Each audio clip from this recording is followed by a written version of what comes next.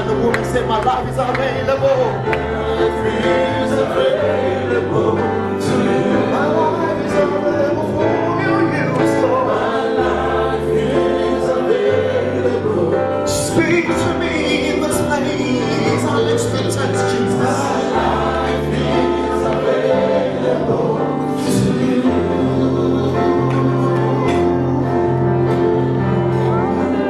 Someone expected to walk up and say to you this name. Say, Jesus, I'm expecting, Lord. My life is available to you, Jesus. Lord, we worship you. It's available to you.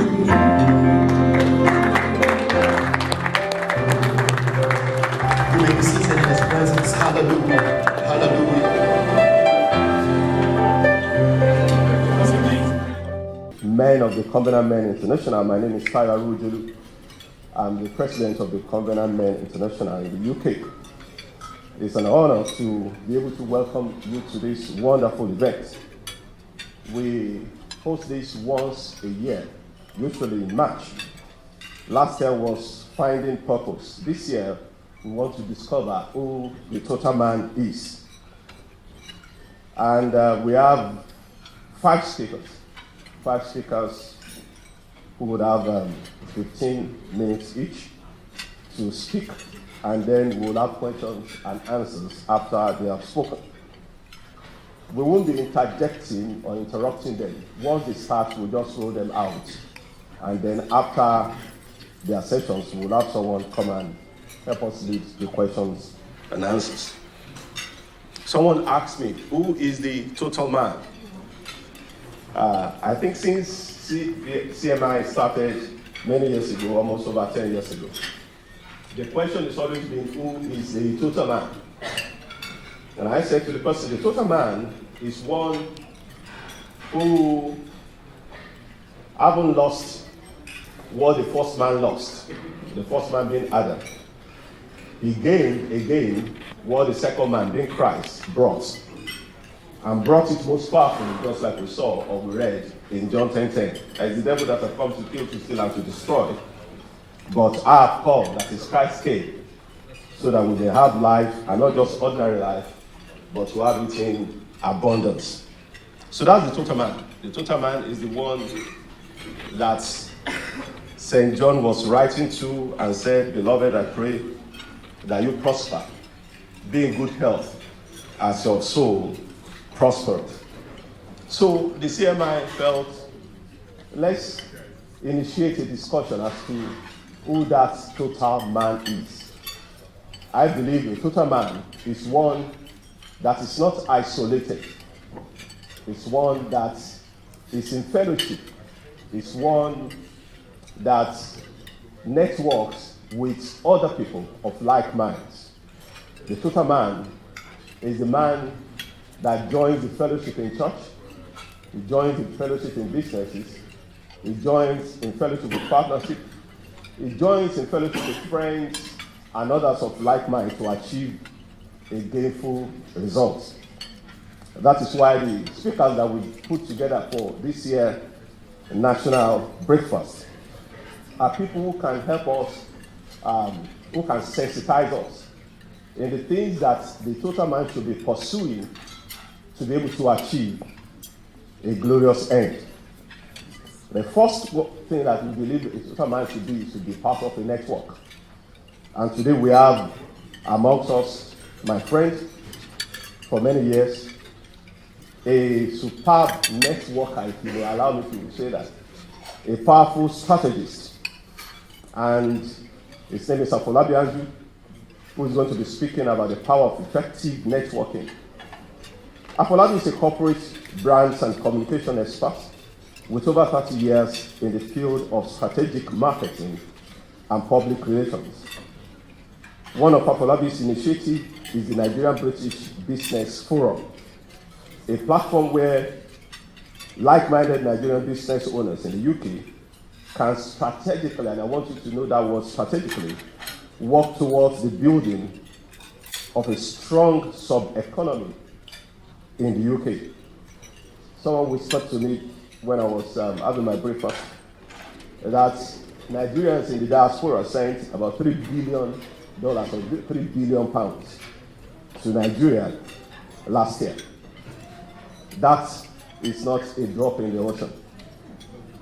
We also believe that a total man should be one that would choose a sport to say that you be in good health. Usually we'll have doctors come and take our blood pressure, and well, I just felt this year we should have a sport that we can actually look into. It's a sport that I've been involved with. We feel that a sport where you can further network, close deals, and even share your faith.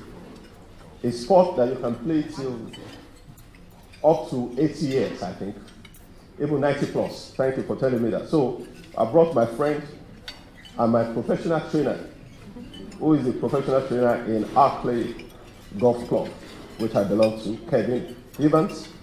Is a professional specialist in golf coaching of all abilities, ensuring we gain the best from you. We set your targets and go higher. So this year, the highlights will be on golf. It could be football in your mind, it could be table tennis in your mind, but since I'm the one choosing, I've chosen golf. We also feel that a total man or the total man should be able to go into what we call multiple streams of income, either for beneficial reason or for hobby. And we've asked one of the young men in Edmonton, who is very versatile, to come and speak to us about the currency market.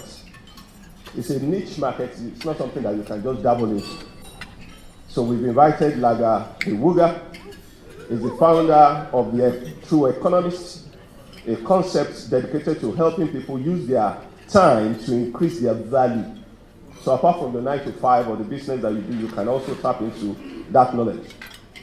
After 7 years experience in the finance industry, Laga teaches principles that can be applied in currency trading and used to build true wealth. Apart from this able men, we also have someone who has been my friend and my investment or financial advisor for many, many years. His name is Tony Shoka. Tony will help us to build a wealthy future. He's a partner of St. James's Place Wealth Management. He has been in the financial services industry in excess of 25 years. Tony has built his business on providing a tailor-made financial services program for both individual and corporate clients, including those within the medical profession. He assists clients with the arrangement of their financial affairs. He's a life member of the $1 Million Roundtable. That is not a small group to be part of. Tony counts golf, socializing, and charitable giving amongst his varied interests. For several years now, Tony's been wanting me to join a golf club. You are going to benefit from his 15-minute talk. Finally, we say you can gain the whole world and lose your faith, or you lose your soul, it will have amounted to nothing. And we felt the person that should round it off for us today to actually tell us that we can prosper in our soul is one of our pastors, one of our young, vibrant, energetic pastor, Pastor Akinola Abiola, who is going to be speaking about the total man. The total man must be also a spiritual man. Akin is a transformational life advocate. He is passionate about equipping change agents through the word of God to discover purpose. I believe that after today, you cannot remain the same. I want to appreciate and to warn you to hold on to your seats as we'll invite this man. I will just tell you the order. The first speaker will be Afolabi Andu, speaking on power of effective networking. The second one will be Kevin Evans, speaking on the question of sports, golf as a chosen sport. Then we'll have Laga Wiwuga, who will tell us about currency trading. And then we'll have Tony Shokan, wealth management, and then we'll round up with Pastor Akin Abiona. Now, after the sessions, we're going to have someone come and help us with the questions and answers. Now, I will ask them to keep to their time, but to expand more when they have the question and answers session. And today we will have the final remarks from our Deputy General Overseer, Reverend Femi Nishabi, and then we will have some prayers. I would like you to relax and enjoy as we put our hands together for Afolabi and. It's truly a pleasure to be here this morning. And my being here is based on the value that I've placed on this event. The event organized by the New Covenant Business Group, headed by Pastor Tayo Arutulu. I've known Pastor Tayo for many, many years. And one thing that continues to stand out about Pastor Tayo is his passion for people, his desire to see people grow and fulfill purpose.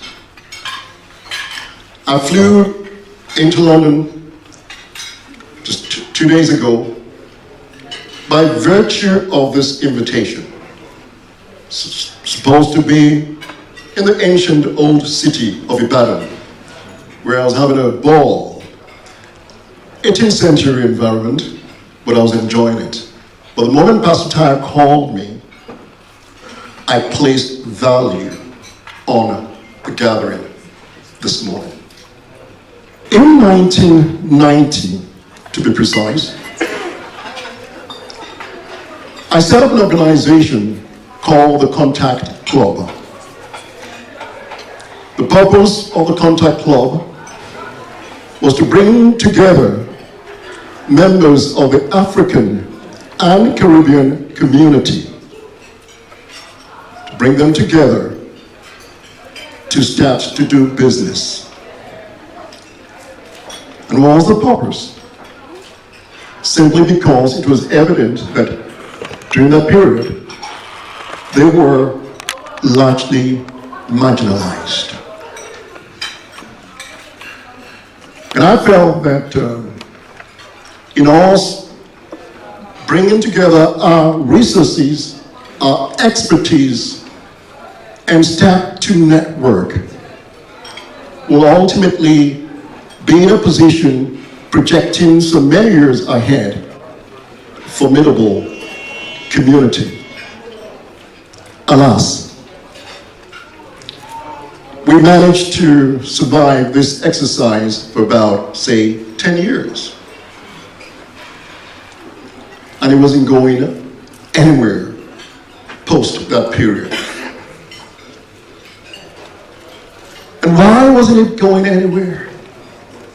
Simply because of diverse interest. Diverse interest. It was from a micro, meaning the individuals, to the macro, the community. Now the micro remained consistent in its attitude and its attribute. It remained self-seeking and poised more on self-interest. And I used to think to myself then that if only we could learn or take a leaf from other existing communities, such as the Asian community, the Greek Cypriot, that have formed a formidable sub-economy even then in the United Kingdom. And you know, the reality is that it's all about forecasting and projection. Where you are today, if you put a plan in place and you stick to the plan, it would have its dividend inevitably the next 10, 20 years. Now, as a community, what we are reaping today is as a result of either what we invested or what we did not invest.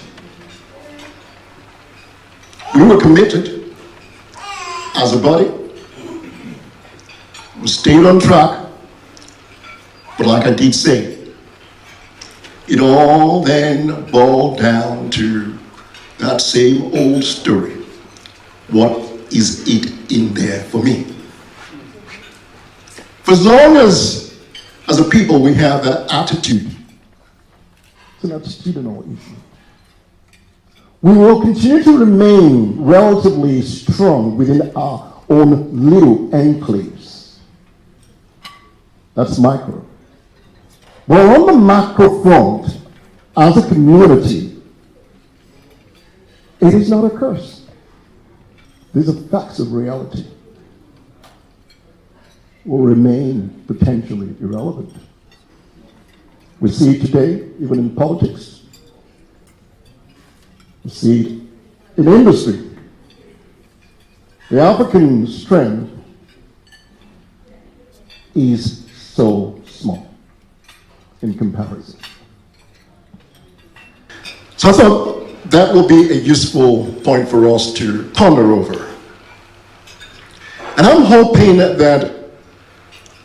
at the end of this session, we would have picked on one or two things that will help us individually and as a communal group.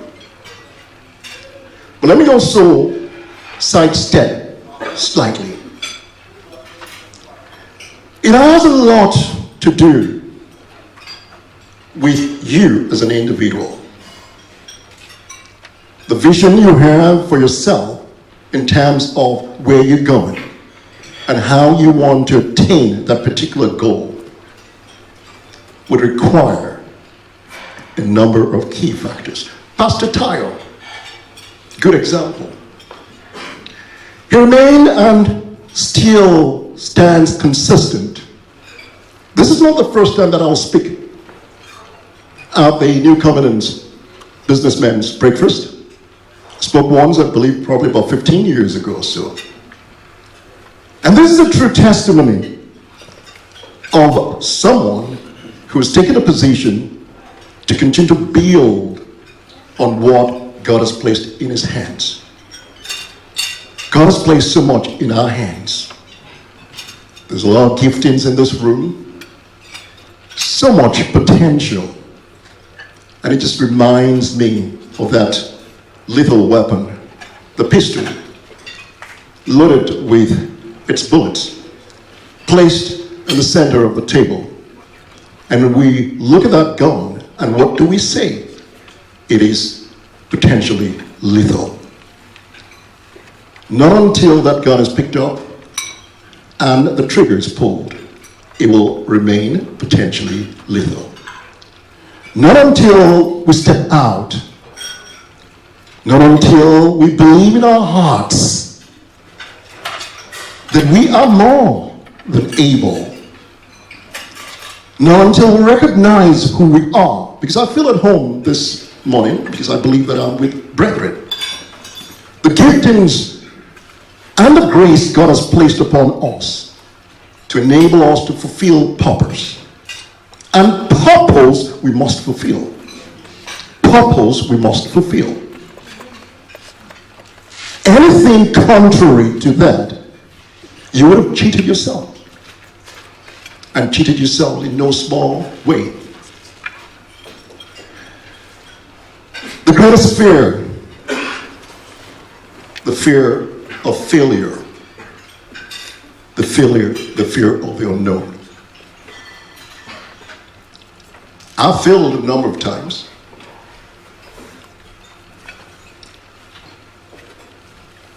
And I thought, even in the midst of it, I was never going to be able to rise again. But what I came to learn real quick about it is that failure stands as a point of reference educating me on those things that I used to do that resulted into the failure not to do those things no more. Because in focusing on those things will continue to bring about the same result. And learning from those things will move you to the next stage. How is networking relevant to all this, you may ask yourselves. I'm going to be focusing on the aspect largely of business. In its definition, we can describe it as a business and personal marketing tool that will deliver your overall business and marketing strategy. Let me repeat that. It is a business and personal marketing tool that will deliver your overall business and marketing strategy. So in essence, networking is a bloodline that cannot be ignored. That cannot be ignored. I said to you that I got on a plane from a very hectic schedule to be here simply because I recognize the value that I will come to meet with in this gathering. I recognize that I will potentially meet people that we can establish lifelong friendship, lifelong business relationship. Now the question is this: is this going to be applicable to everyone here? Possibly not. Possibly not. Why? It comes back again to that whole issue of value proposition. What value have you placed upon this session this morning? Is it the thought of the wonderful breakfast? Or just to catch up with your old buddies once again? I sense that it needs to be looked at slightly above that. The good networker understands the principle, and he knows exactly what is required to ensure that he's able to establish that particular objective. It being that tool that will grant him the ability to move his business to the next stage.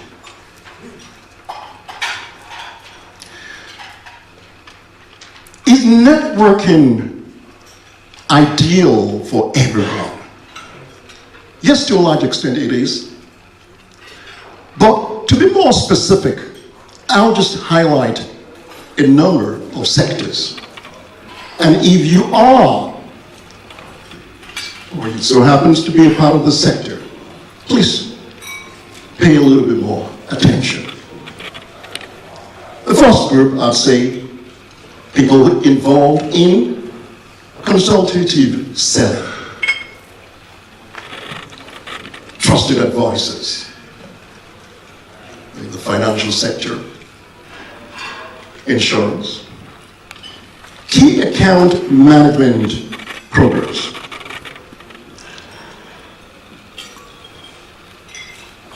We're all in this room right this minute. And we all bear a name and possibly even represent a company. Now the question is this: when your name is mentioned whilst you're not around, what ring does it It's going to be based on a sigh. Not him, never.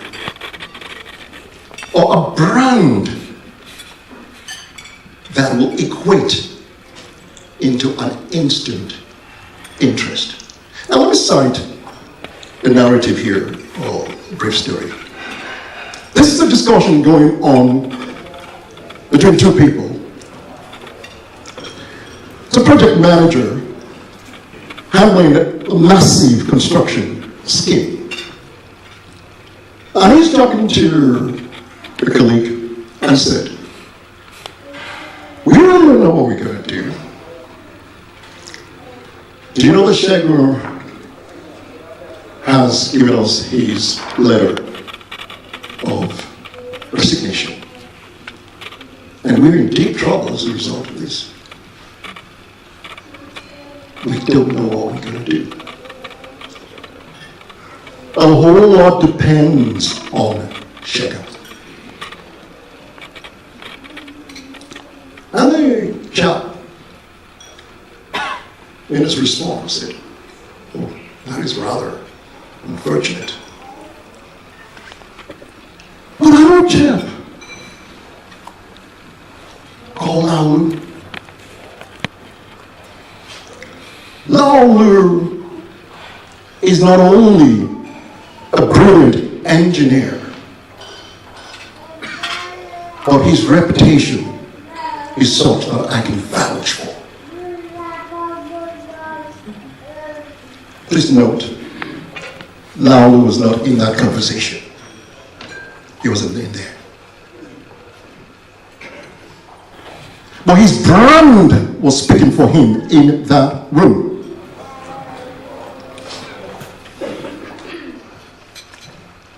The question is, will your brand speak for you in absentia?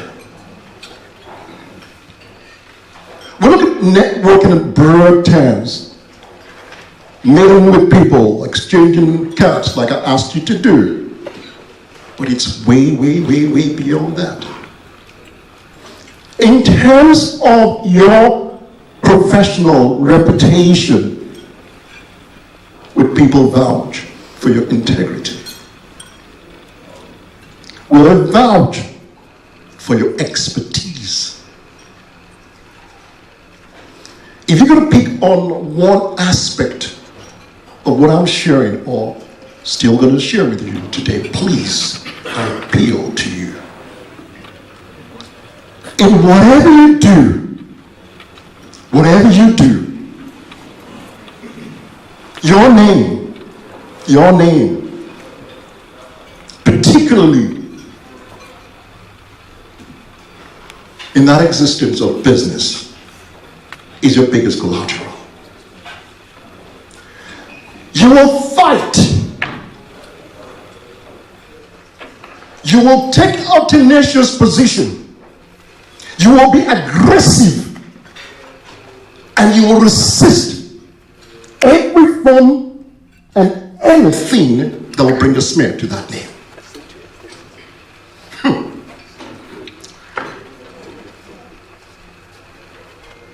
It doesn't matter at this point in time whether that name is making money for you or not. Please take note. It is your biggest collateral. That is that one check that can make that difference in your life. If you're in haste, take a position that will expose you to the weakening of your brand. Ultimately, you would have yourself to blame for it. And I know that in this gathering today are people who has placed high value on their reputation. My background is strategic marketing with a lot of experience in public relations. In public relations, there is a word that we mention 3 times, and it's a P word. It's It's a P word. We mention it 3 times. It's called perspective. Perspective and perspective.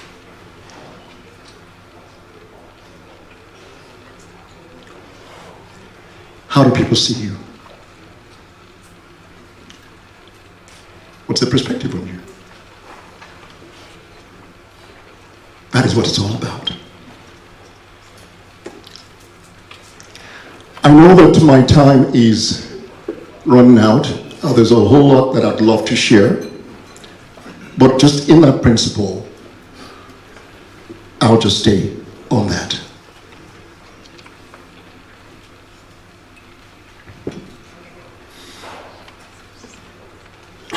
So what types of networking platforms are we encouraged to be a part of? Business cocktails, breakfast meetings like this, seminars and workshops, and of course, the most modern, the social media.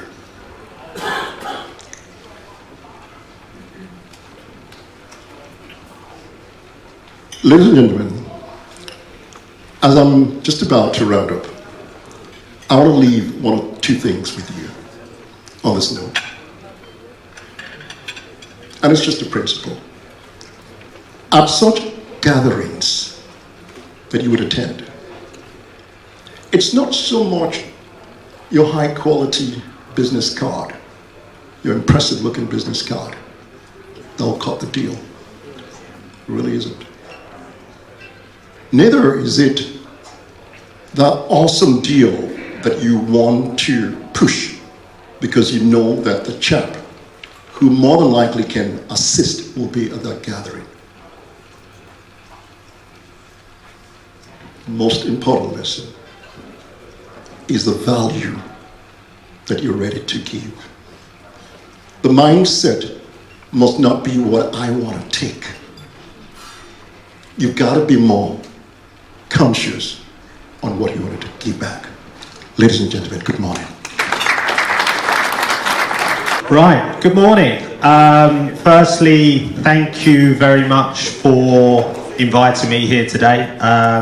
When I was invited, I thought, yeah, that's a great honour to come along and do this to you very intelligent people. So what I'm going to be doing this morning is to enlighten you and enter you into my world, which is all about golf.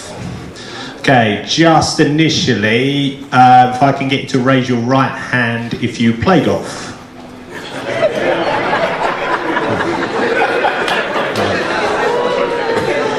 Okay, right, a couple of you. If you raise your left hand if you have thought about playing golf.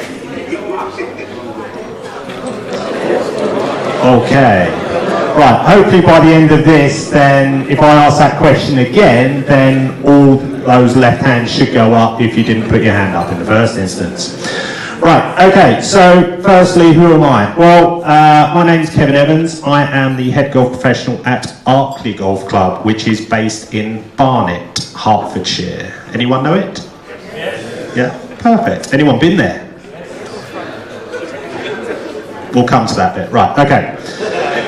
So, I have been in golf now for 24 years, and yeah, it's a great place to be able to spend my life. So, my father always told me, he said, well, you've got to work for a living, you might as well do something you enjoy doing. So, that's why I did it. Okay, so, yeah, my office is nice and open, it's good fresh air and everything else. So, yeah, it's, which is excellent moving forward, really. Right, okay, so why should you play golf? So the image you can see on the screen now, this was about 10 days ago. It was about -4 at the time, I think. So, but yes, the people out there obviously very keen to learn, which is what this is all about. Okay, so golf is very much, gives you a sense of freedom, gets you away from the rest of the world. And and it can give you a massive sense of achievement.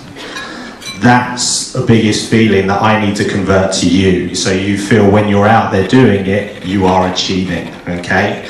So it's to give you that feel-good factor. I'll come to it a little bit further on down the line as well about what it can do for your business. You'll be surprised. And has anyone ever been asked to play through your business? Even though if you don't play, you've been asked? Yeah, okay. Has anyone been asked and think, yeah, I'd like to, but I can't? Okay, a couple of you, right, okay. It's always good to know.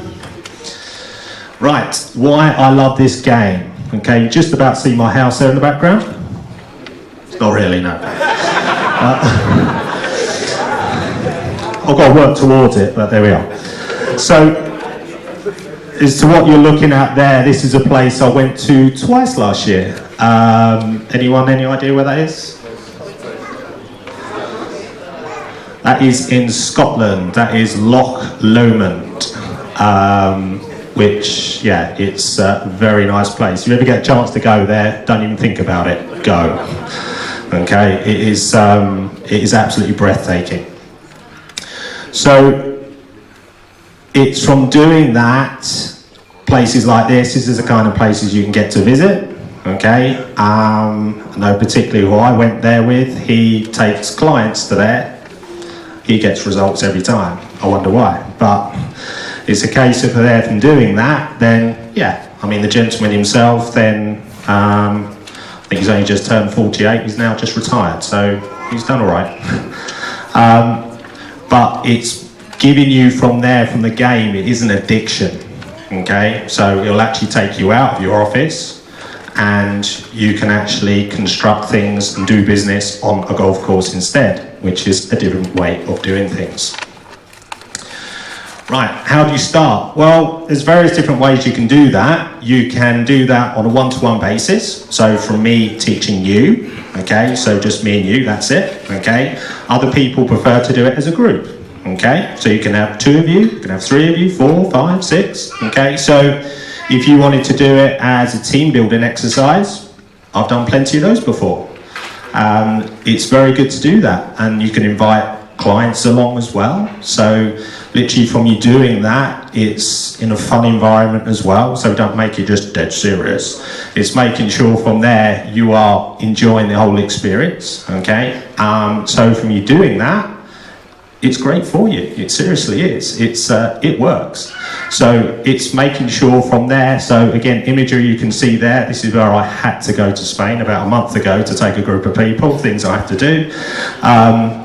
But it's literally, I took 18 golfers out there for 5 days.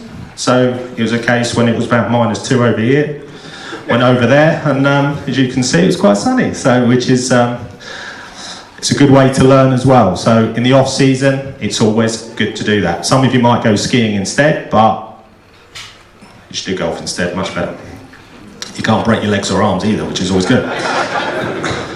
Right, okay, right, bonus point if anyone knows where that is. St Andrews, yeah, he's got a bonus point over there, well done, very good. Right, okay, are you the type of person to have lessons? Has anyone taken lessons in anything else or been coached in anything else apart from business? Yeah, can I ask what that was? What? Oh, right, okay, right. So being coached in things, people learn in different ways, okay? So it's not to say, well, we just all teach in the same way. Nope, everyone's different. I don't treat everyone the same, as in the way they work, okay?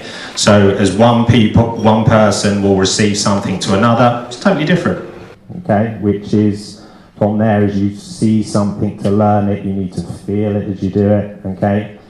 I would then personally, I'll get to know how you work, so I get the best out of you, okay? So making sure your learning experience is positive, okay? That is majorly important. Otherwise, I wouldn't be doing my job properly for you, okay? You need to be able to learn quickly so you can get the most out of it effectively. This is a game that, yeah, I mean, I must admit, I still teach someone who's 89 years old.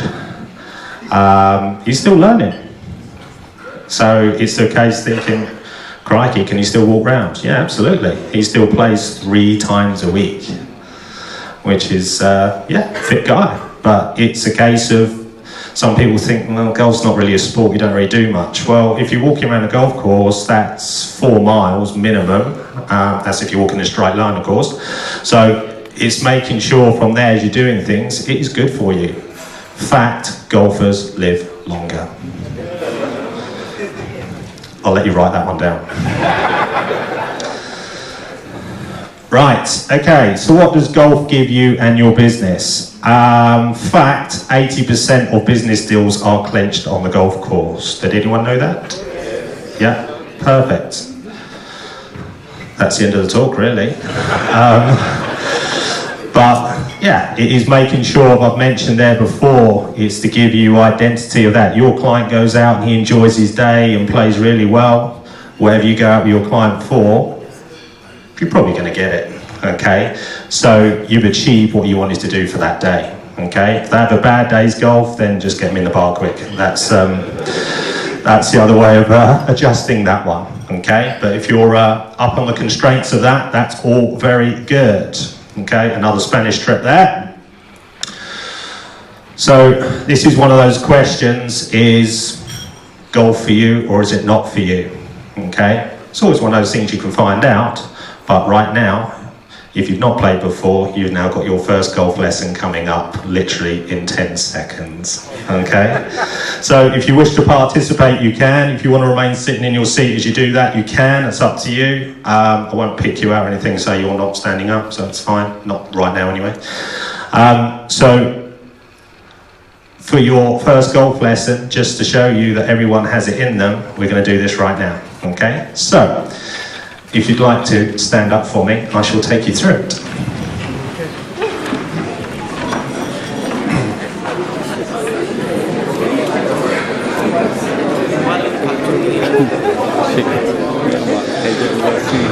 Right, okay, so this is one of these things now that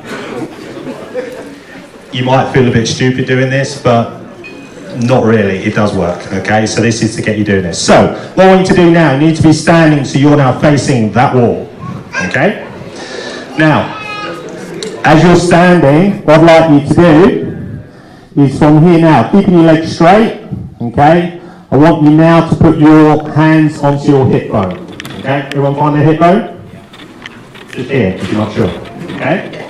Right, now, from you doing that, keeping your legs straight still. Now I want you to tilt forward from your hip, okay? So you'll now feel your backside pushing outwards. For ladies, I do apologise, it's not ladylike, but it's just making sure from there as you're doing that, you can feel that poise now coming forward. So, you'll now feel the backs of your legs, a little bit of tension in there. Okay, you need to stretch your hamstrings there. Start again. Only joking, alright, carry on.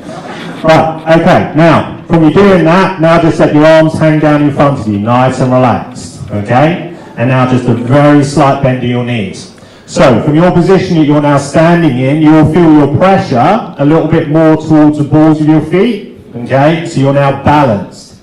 Now, from you doing that, what I want you to imagine, so if you put the palm of your hands now down facing the floor. Okay, so as I've got my hand here now, if you can see that facing the floor. So what I want you to imagine right now is that you're now going to bounce the ball.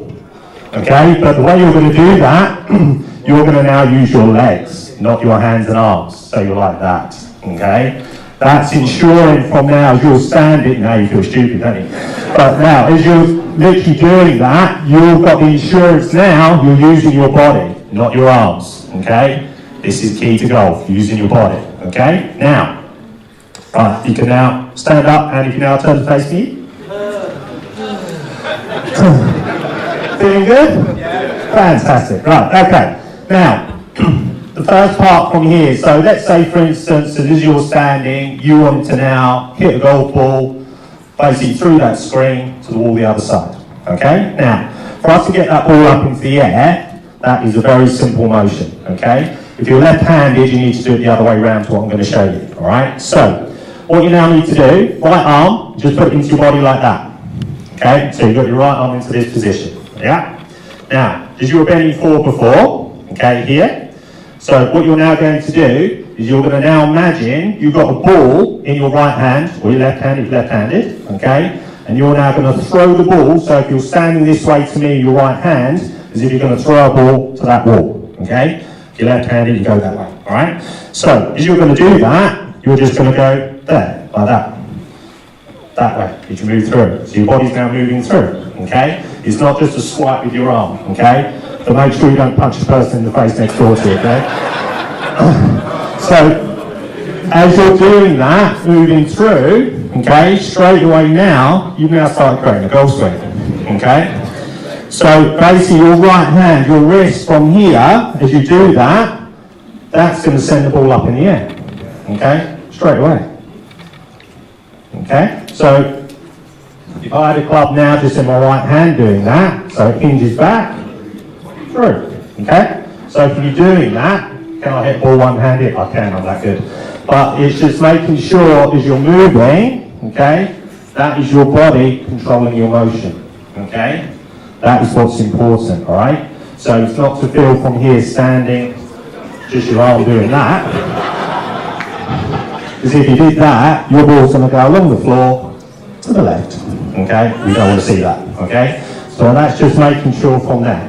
But that is your enlightenment into golf, okay?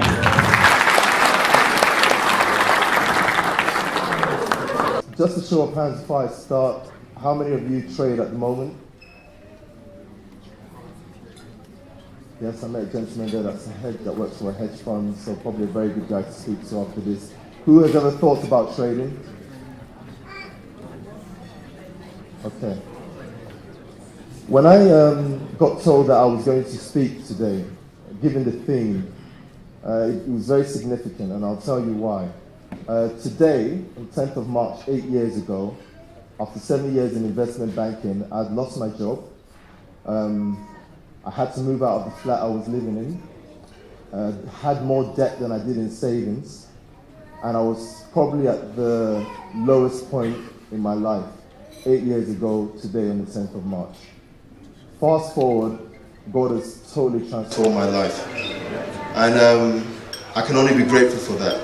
At that particular point in time, I looked back and reflected on everything I'd done professionally, and one constant theme stood out to me.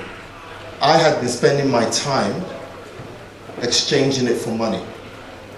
I had done that consistently. My first job when I came to the country was a coffee barrister at £3.50 an hour. I'd worked my way up to investment banking, managing portfolios worth millions, and here I was, I'd lost my job, and I realized that throughout my whole working life, all I'd done is exchange my time for money.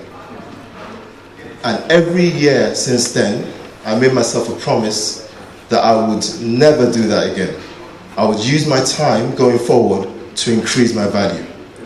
The reason being is when you exchange your time for money, that's something that all of us here is going to run out of.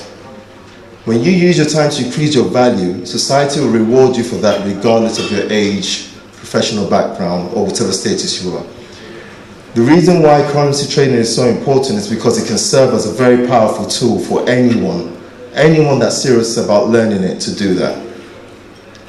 Now, I will go through a few disclaimers before I start, and anyone that knows me knows I like to go through disclaimers because most of you here have heard about currency trading, and some of the things I will cover will go against most of what you've heard. That's not to say that the people you've heard things from are wrong. I'm just here to share the truth with you. So with your permission, is it okay if I speak frankly and speak about the reality about the currency market? Excellent. Okay. The second thing is, within the 15 minutes I have been given to speak today, unfortunately, none of you will be able to listen to me and become a professional trader afterwards. However, I will narrow down some very key principles, so if any of you are seriously thinking about trading the financial markets, what I cover today will actually set you on good stead and probably save you a lot of heartache in the future, okay? The last point, how many of you left the house today with an umbrella? So only 7 people. So you didn't leave the house. Did it rain yesterday?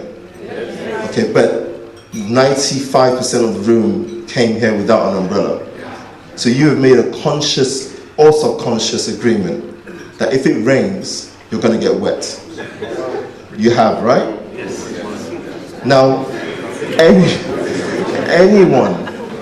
anyone thinking about participating in the currency market or the financial market in general has made a covenant and a binding agreement that you will definitely lose money. And it's at this part that I lose half the room, basically. And that's a fact. The best traders in the world lose money. The biggest investment banks, hedge funds in the world lose money. In fact, they're only right 30% of the time. 30% of the time, which means 7 out of 10 trades, they lose money.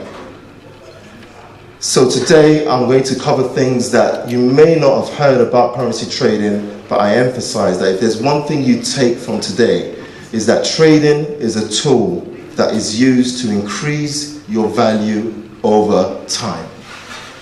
Can you say that? Trading is a tool that can be used to increase your value over time. If that's the only thing you learn today, it would help. Okay, so what is the financial markets and how do you actually trade the financial markets? Really quickly, trading the financial market means I can participate in the movement of currencies and benefit from that financially, whether they go up or down. Very different from the concept of those of you that are familiar with buying shares. Who bought Bitcoin? A few people. If you bought Bitcoin in last year, December, and you bought Bitcoin for, I think it was around $18,000 at that stage, and come mid-January, if you had bought Bitcoin for $18,000, it was sitting around $7,500 in mid-January, wasn't it? Okay, so what options would you have at that moment? Just shout out, what would you do? You bought it for $18,000, it's now $7,000, what would you do? You keep it? Pray? Who would keep it? Who would sell? What you would sell? What else could you do? Buy more. Buy more at a lower price? Excellent. What else could you do? That's about it, right? Okay. So again, I'm not going against traditional forms of participating in the financial market. But if I bought Bitcoin at $18,000 and now it's sitting at $7,500, and my only options are to hope and pray, because when you say keep it, you're hoping and praying really, or sell it, lose over 50% of my investment, or buy more with the hope that it's actually going to come up. Now, professional traders, particularly hedge fund managers, never put themselves in such a limited position. Now, what I mean is, if I was to participate in Bitcoin, all I would do is follow the underlying price of Bitcoin. It means I'm interested in the movement in price of Bitcoin, in most cases relative to something else. So I really don't care whether Bitcoin goes up or down. What I'm interested in is the movement in its price. So if Bitcoin went from 18,000 to 7,500, my ability as a trader allows me to participate in that downward move and make money from it. Is that part clear? Yes. In currencies, where this is quite different is when you go on holiday, you go to the foreign exchange desk and you say, I want dollars for my pounds. And the guy behind the desk says £1 is going to get you $1.50, for example. Now in trading, we make money from the movement in the price of that currency. Now you may think that, hang on, but the pound against the dollar doesn't jump from $1.50 to $2 in a short space of time. But what you don't get given at that desk is the real price. The real price is to the 3rd, 4th, 5th decimal points. Now as traders, we need to participate in the move to the 4th decimal point. So every day or every week or in any trading period, the price of currencies move without you really seeing a big difference in the dollar against the pound, for example. Does that make sense? Okay, great. So that explains how people, currency traders like myself, participate in small movements in currencies against another. Another point is, when you think about currencies, it's always relative to something else. I am not interested in the pound being strong. My question is, what is the pound strong against? So as traders, we want to have a wider view of the economy. We're not interested in the dollar being weak. We're interested in what the dollar is weak against. Because the dollar could be weak against the pound, but it could be strong against the Japanese yen. That gives you a bigger picture of what is actually going on in the world economy. Why should you participate in the currency markets if you're ever interested? Because you're already involved. How many people voted for during Brexit? Okay. How many people buy imported goods? You all wear imported clothes, you have gadgets that are from other countries. So you're contributing to a country's foreign exchange in some way. If you voted on Brexit, you will know that that period, the sterling moved quite a bit against major currencies in the world. When people complained that Donald Trump was president and it would be bad for the world economy, hedge fund managers and professional traders would disagree. Christmas came early for some of them. So you're already involved in the market. The only difference is people that are professional traders actually benefit financially from these kind of events or movements. Now, I'm going to say something there. That's not to say, for anyone that trades, especially those that are trading or starting off, that's not to say you trade the news. That's not to say if Donald Trump is becoming president or has an election, you sit there with your laptop trying to participate. The whole key about trading is that you have some kind of foresight and idea of what's going to happen should a particular event come up. You may not be able to predict if Donald Trump's going to win or not, but you know it's going to have an impact on how the economy views the US dollar. Okay?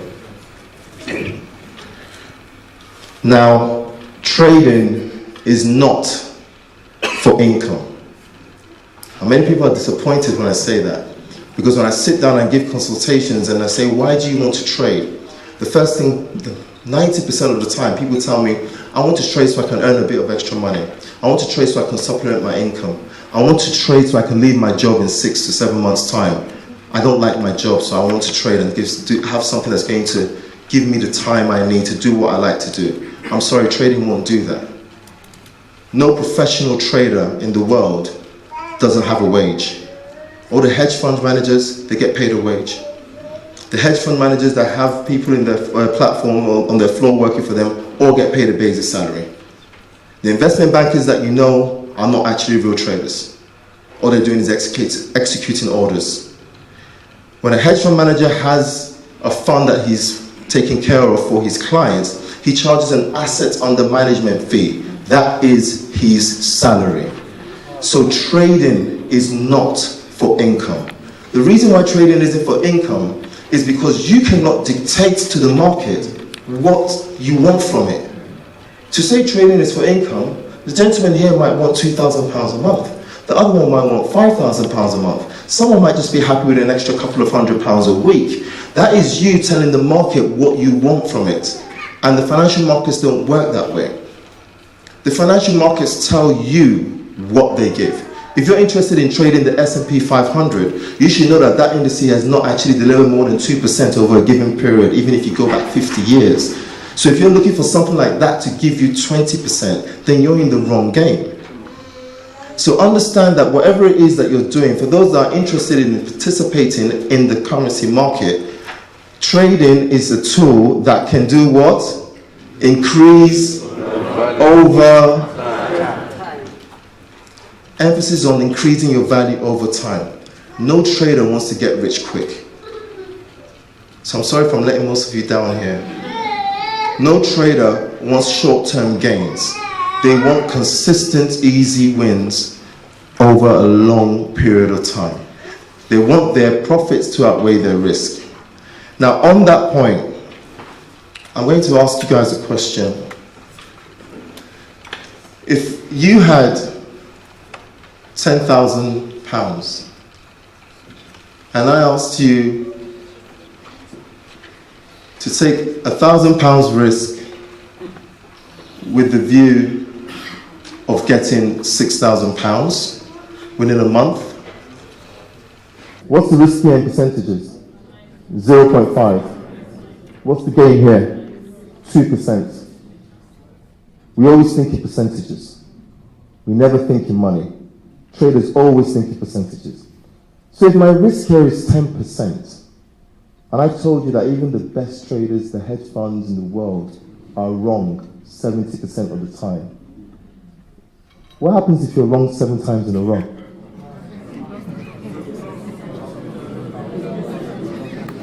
God won't help you. So you started with 10,000. Because you thought £6,000 was a good return on 1,000, you placed the trade.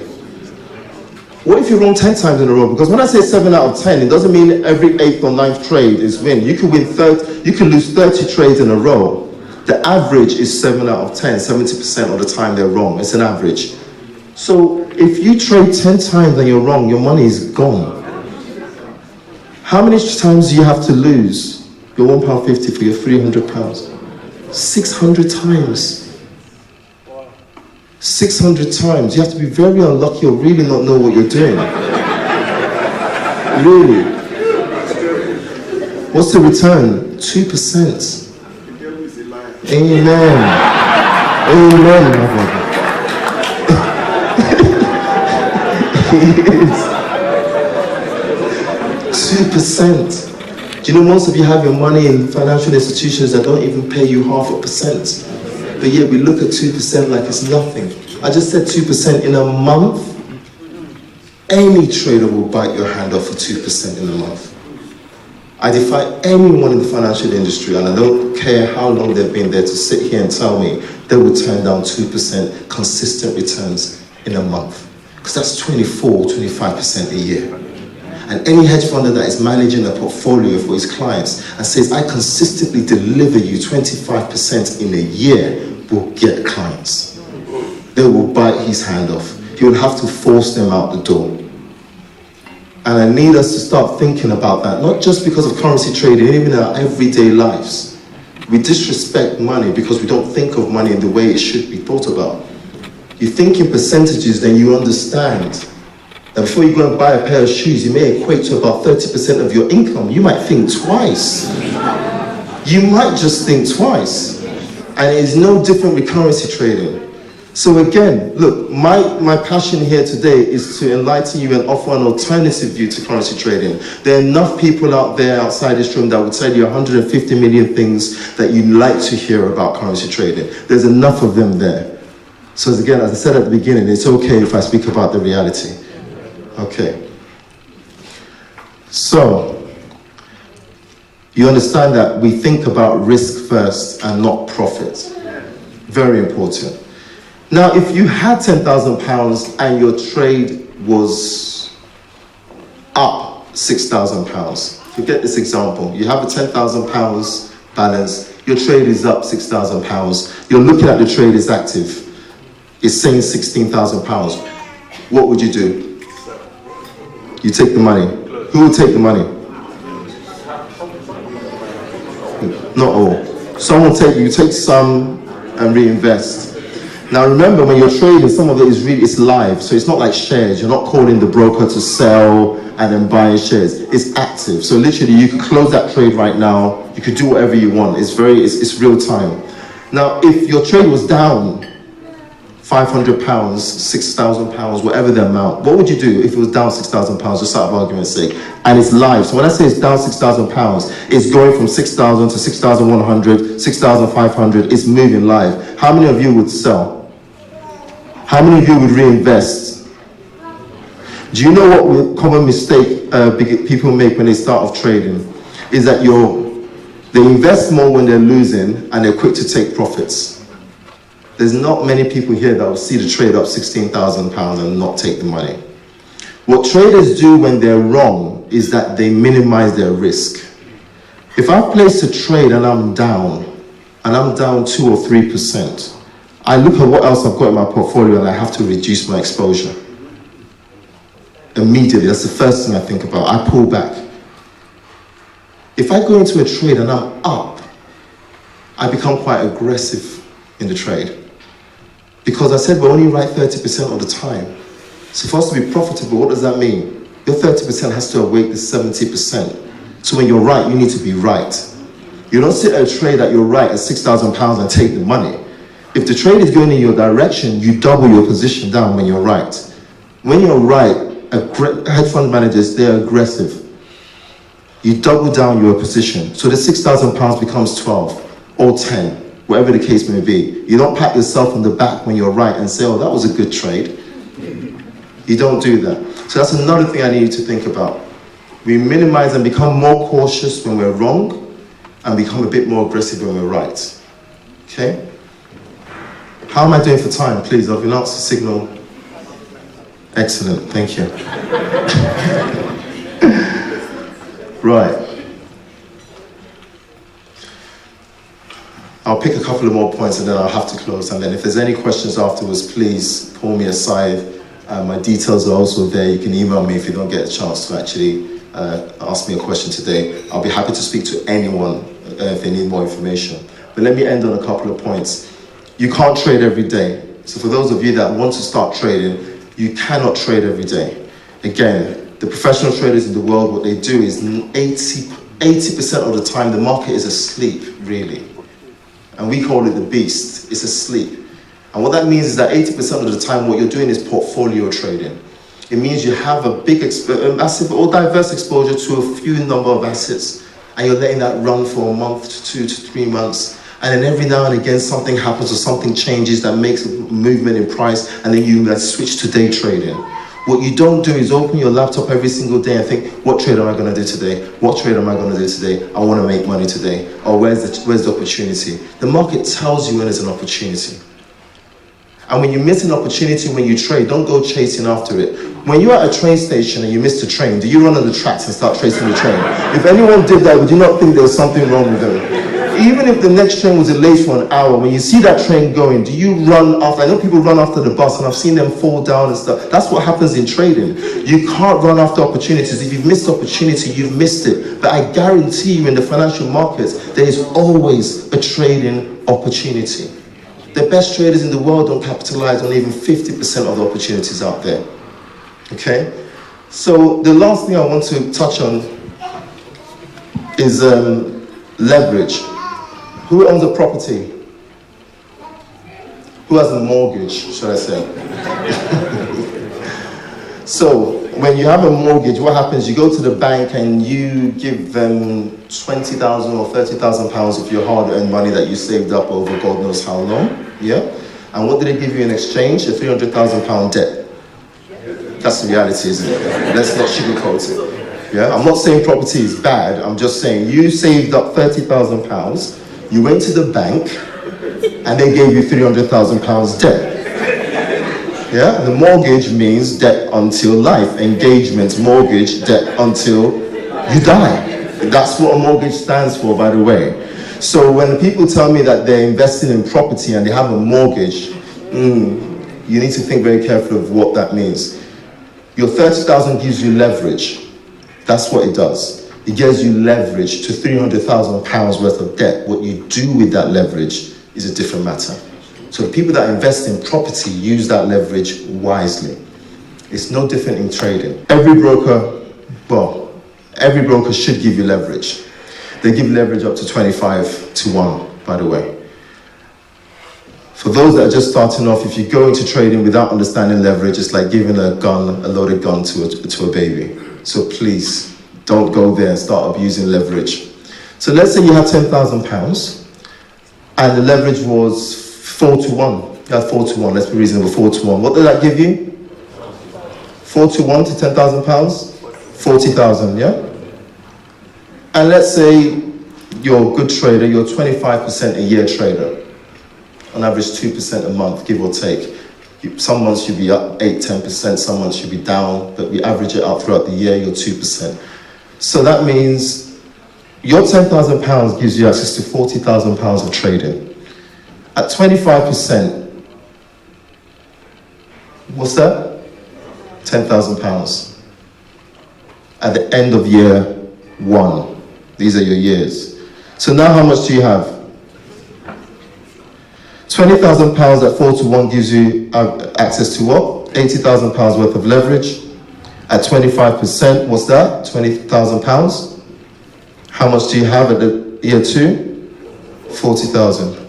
£40,000 gives you access to 4-to-1 leverage. That's what, £160,000 at 25%. What is that? £40,000 if I'm right, yeah? How much do you have year 3? £80,000. £80,000 at 4-to-1 leverage is 320 if I'm right, and if anyone's got a calculator, just stop me if I'm wrong anywhere. And that gives you £80,000. How much do you have at year 4? £160,000. £160,000 gives you access to how much in leverage? 640, yeah? £640,000 at 25%, that is how much? 160. How much do you have year 5? 320. 320 at 4-to-1 gives you £1,280,000 at 25%, that is £320,000. At year 6, what do you have? 640. 640 at 4-to-1 leverage gives you £2,560,000 at 4-to-1. What is that? 640 at 25%. What's your balance at year 7? 1.2 million.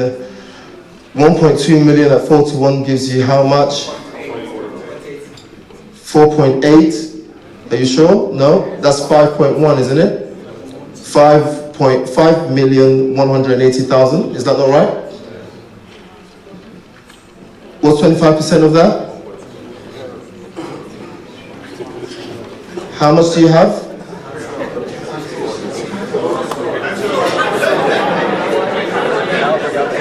What did you... trading is a tool that does what? What did you start with?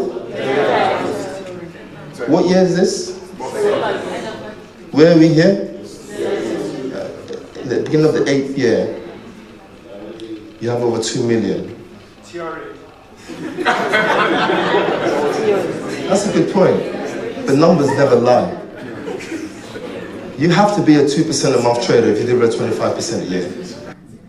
How many of you have been working for more than 5 years? How many of you have been working for more than 10 years? How many of you are working for the next 10 years? Now, one thing you need to leave from here, and someone said theory. I'm going to touch on that, because let's not shy away from it. I put numbers on a board and mathematically they make sense. But let's not forget, you need to learn how to trade. It's not something that's given to you. I've been learning how to trade as an independent trader for more than 8 years. In the earlier 17th century, the word apprenticeship came because people used to hire young boys at the age of 16, 17, and they used to have to do an apprenticeship for 7 years before they attained what is called mastery. So when you have these trading courses that tell you you're going to become a magic wizard trader within 3 months, they're all lying. Because how can I pour the knowledge I've developed over 8 years into you in a weekend? You tell me how that's possible. Can a medical doctor come here and stand here and say, you come to my course, I'm going to pay me £10,000 for the privilege, and I'll make you a medical doctor in a month? Is that possible? So no, it's not theory. So this is something that when you have the skill, you know what trader you are.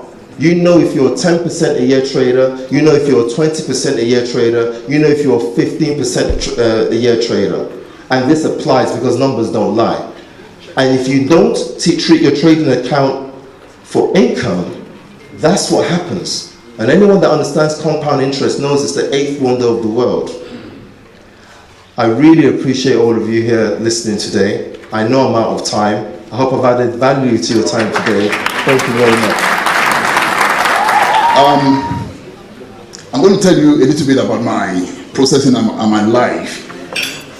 I started financial services business 29 years ago. And I'm going to talk to you this morning about wealth management. I'm going to talk to you firstly about money management, personal management before your wealth management. In less than 10 decades, 10 years, I'm sorry I have to say this, although I look 40, I'm going to be 65. Hold on, in less than. And what have I done? I've got 3 daughters, and they will not join my business. And I've created this business for 29 years. And I'm thinking, when I get to this age, what's going to happen to this business? Pastor is going again. Okay. And I'll say, okay, when I get to this age, or before this age, what's going to happen to my business? And what I've done is to look around and get a younger person to come and join this business, to train, so that when I decide to leave this business, the business keep going. Alessandro, that's the young man, less than 30, I brought into the business. So most of you who are youngsters, when I saw Pastor today, I saw the 3 ladies over there, one with Goldman Sachs, one with Accenture, and with KPMG. And I said, alright, that's the market, and most of the market here. So what am I doing? Planning towards the future. A lot of people own businesses and they don't even plan towards the future. But I've trained him, he's been trained, he's gone through exams, he's gone through academy, and I'm sure when I say, even most of the time, I'm always playing golf because he's in the office with other people doing the business. You got to be smart. So I'm planning for the future. Then let me now come to you and us. What's called wealth management? You must have something, you must have wealth to be able to manage wealth. When people see me say to well, I'll tell you in my few years, 10 years, I was selling life insurance and all those stuff, and most of you know me to insure consulting, but now I've gone past that level now, and I'm doing wealth management. You must have wealth before you can manage wealth. But what I keep on telling people, don't get discouraged, because there are 2 sets of people. Some people have the pot, money to invest. And some people, what I do, especially in St. James's Place, the company I represent is mostly white upper class company. But then I went round to pick people like me. Trust me, they went round and unpick. And I was one of them to help the ethnic market like us here. And one thing I've noticed that a lot of people, in my ethnic people, have a lot of empty pots. But I said, don't worry, you don't have to be here. I deal with people here, but I will help you to build a pot over the number of beers so we can manage your wealth.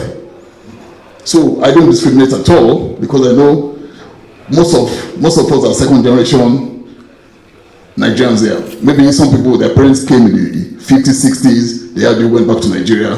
But for the likes of Ore here, like likes of the original girls, and most of you here, we got to start doing this.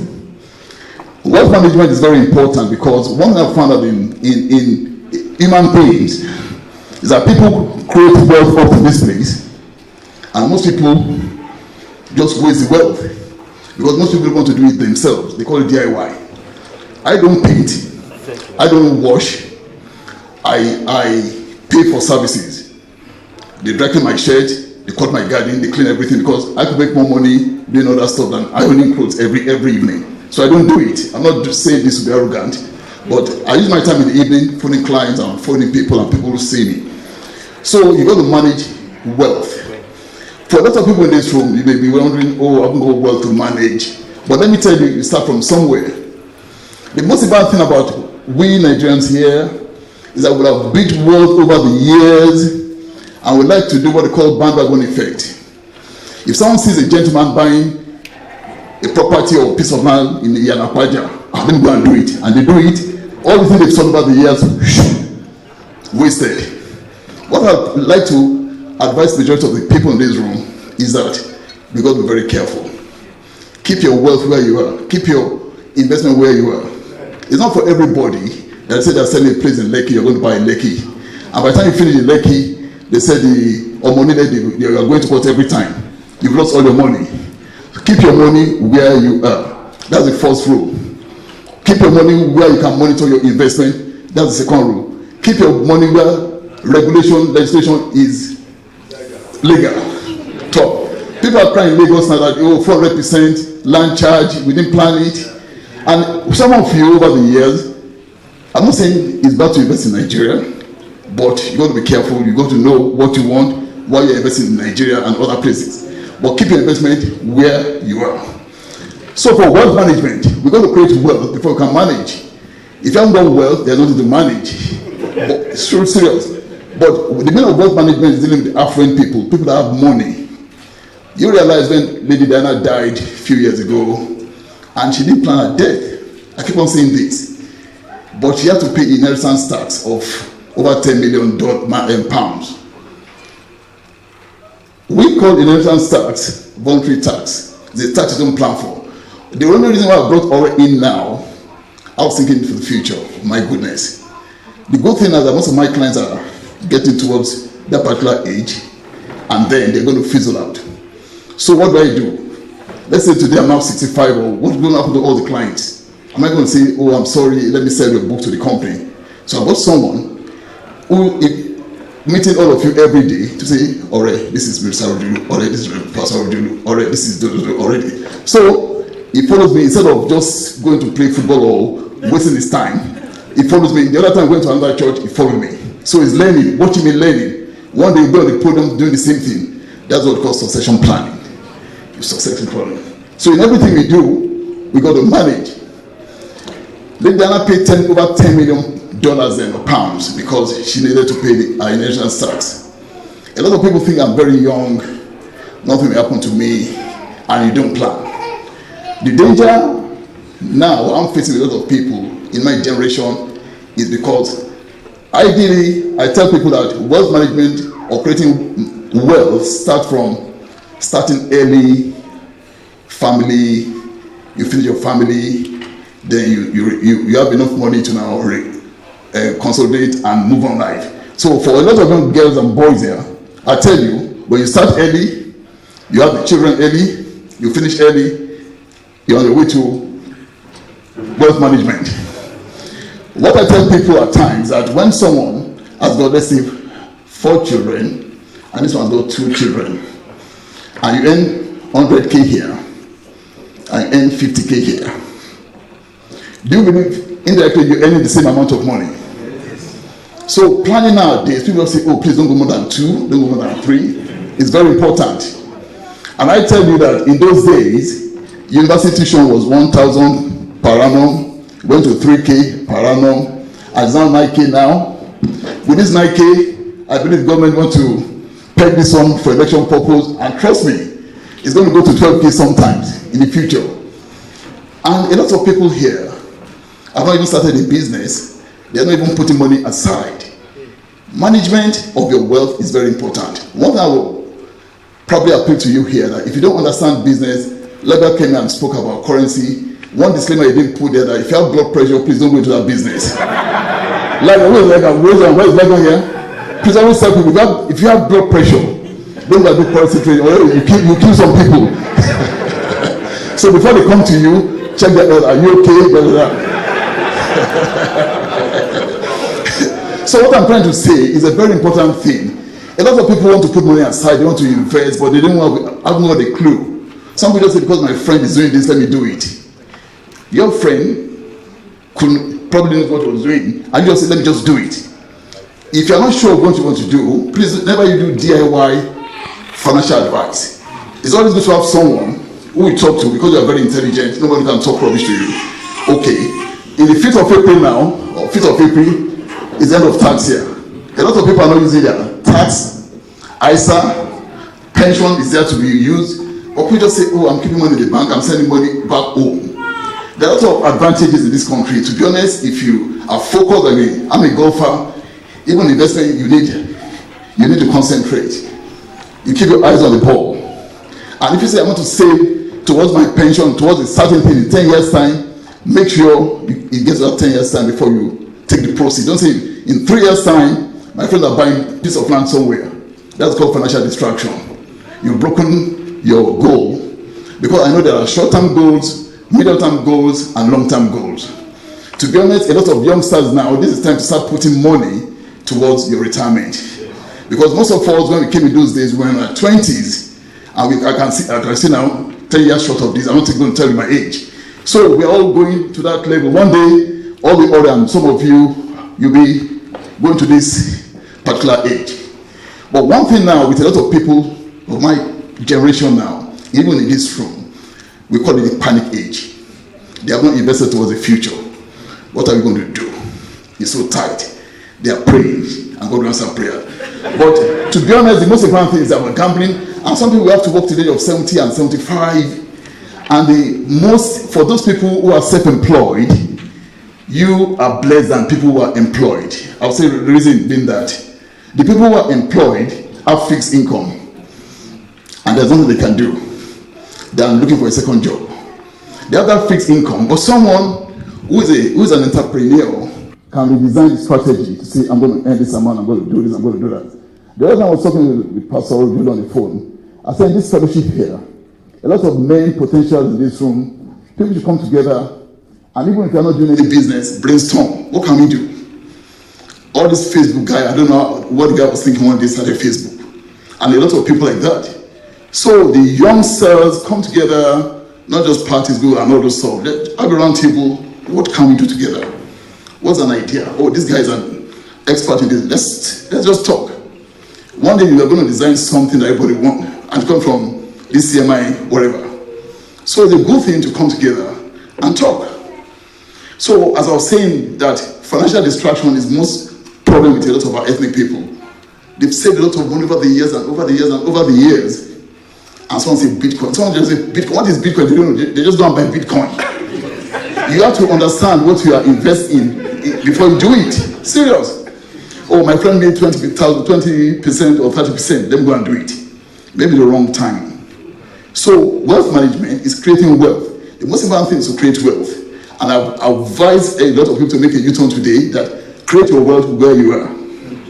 I'll tell you any day, any time. If you want to go to Nigeria, or you want to go to Nigeria, cash is king. Convert any asset here, buy on the spot when you're ready. But if you're not ready for something and you're building for the next 15 years, you don't know maybe where you're going to buy now is not going to be relevant, then anytime you go to any country, third world country, with your hard currency, you buy something there. So I'm advising most of you today here, keep your investment here. The reason why you should be wondering why people from Russia, Nigeria, France, everybody, they're coming here to put their money here. It's because it's a very stable economy. You don't take your money from a stable economy to an economy that's not stable. We are telling you wealth management. Talk to us and we tell you how to do it. You may have your wealth, like I said, but a lot of leakages I've seen. Someone has gone to buy a place in Nigeria and they've taken over the house or the land. And they say, oh, come and buy it over again. They buy the place over a second time again. And I see a lot of things. I say, oh my goodness. I know a particular client that spent over 120K to buy acres of land.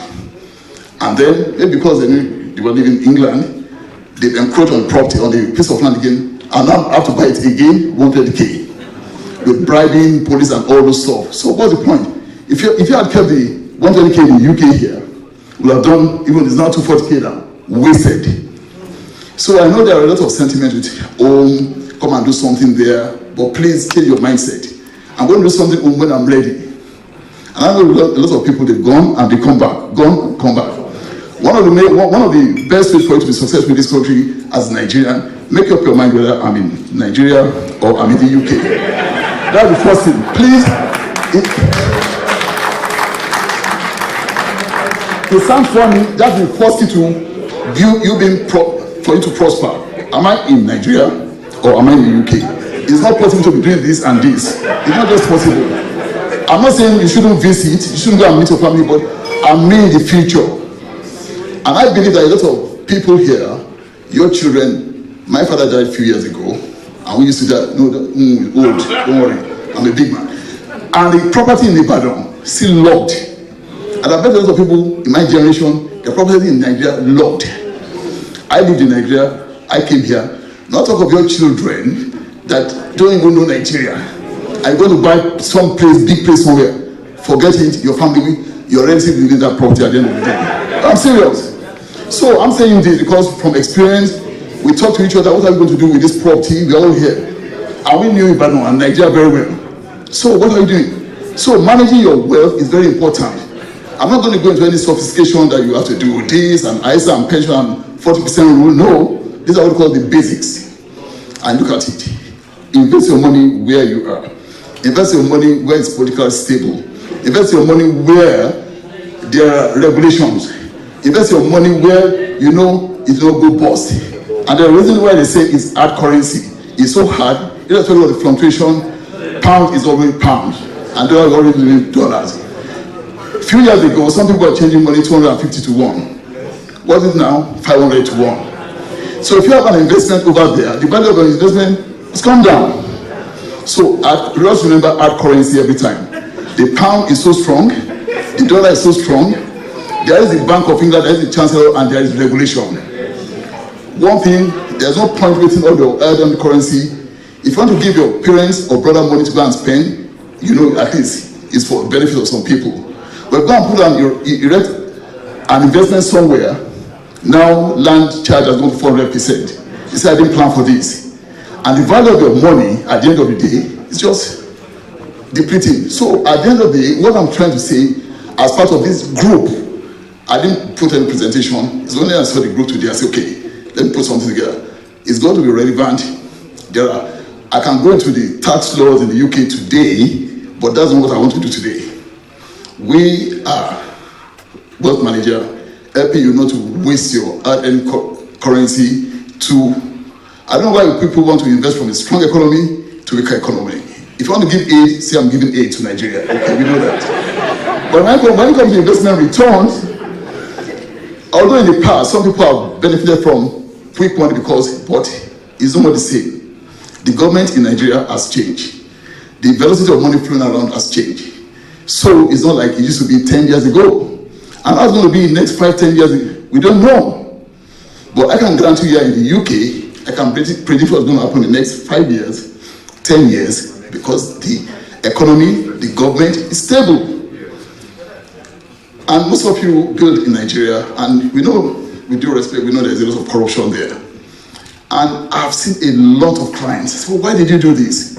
Why did you buy this acre of land, £120,000? Because I want to build a factory there. I said, okay, you build a factory here, and you'll have died. Who's going to look after the factory? Your children will go to Nigeria to go and look after the factory. No, so we have to be very relevant in our management of wealth. Even if you have no wealth, make sure you create wealth here first in the UK before you start. Make sure you start putting money towards your retirement, which is very important. Because like I said, that most people in my generation, myself, Pastor, and all of you here, we used to send, I say it any gathering, we used to send money to our children, to our parents. I bet you on Mother's Day, your children give you flour, and Father's Day they give you pita.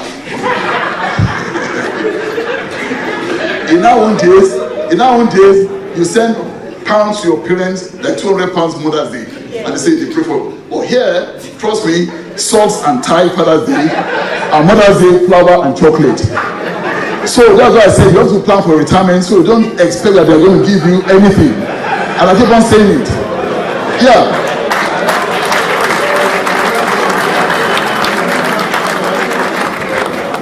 Okay, now you're now 70 and 75. You've reached the age of 70 or 75, and you can't work anymore. And you're used to probably staying home all day, and you don't want to get to another situation where you have to go to the library from morning till evening because you don't want to pay the eating bills.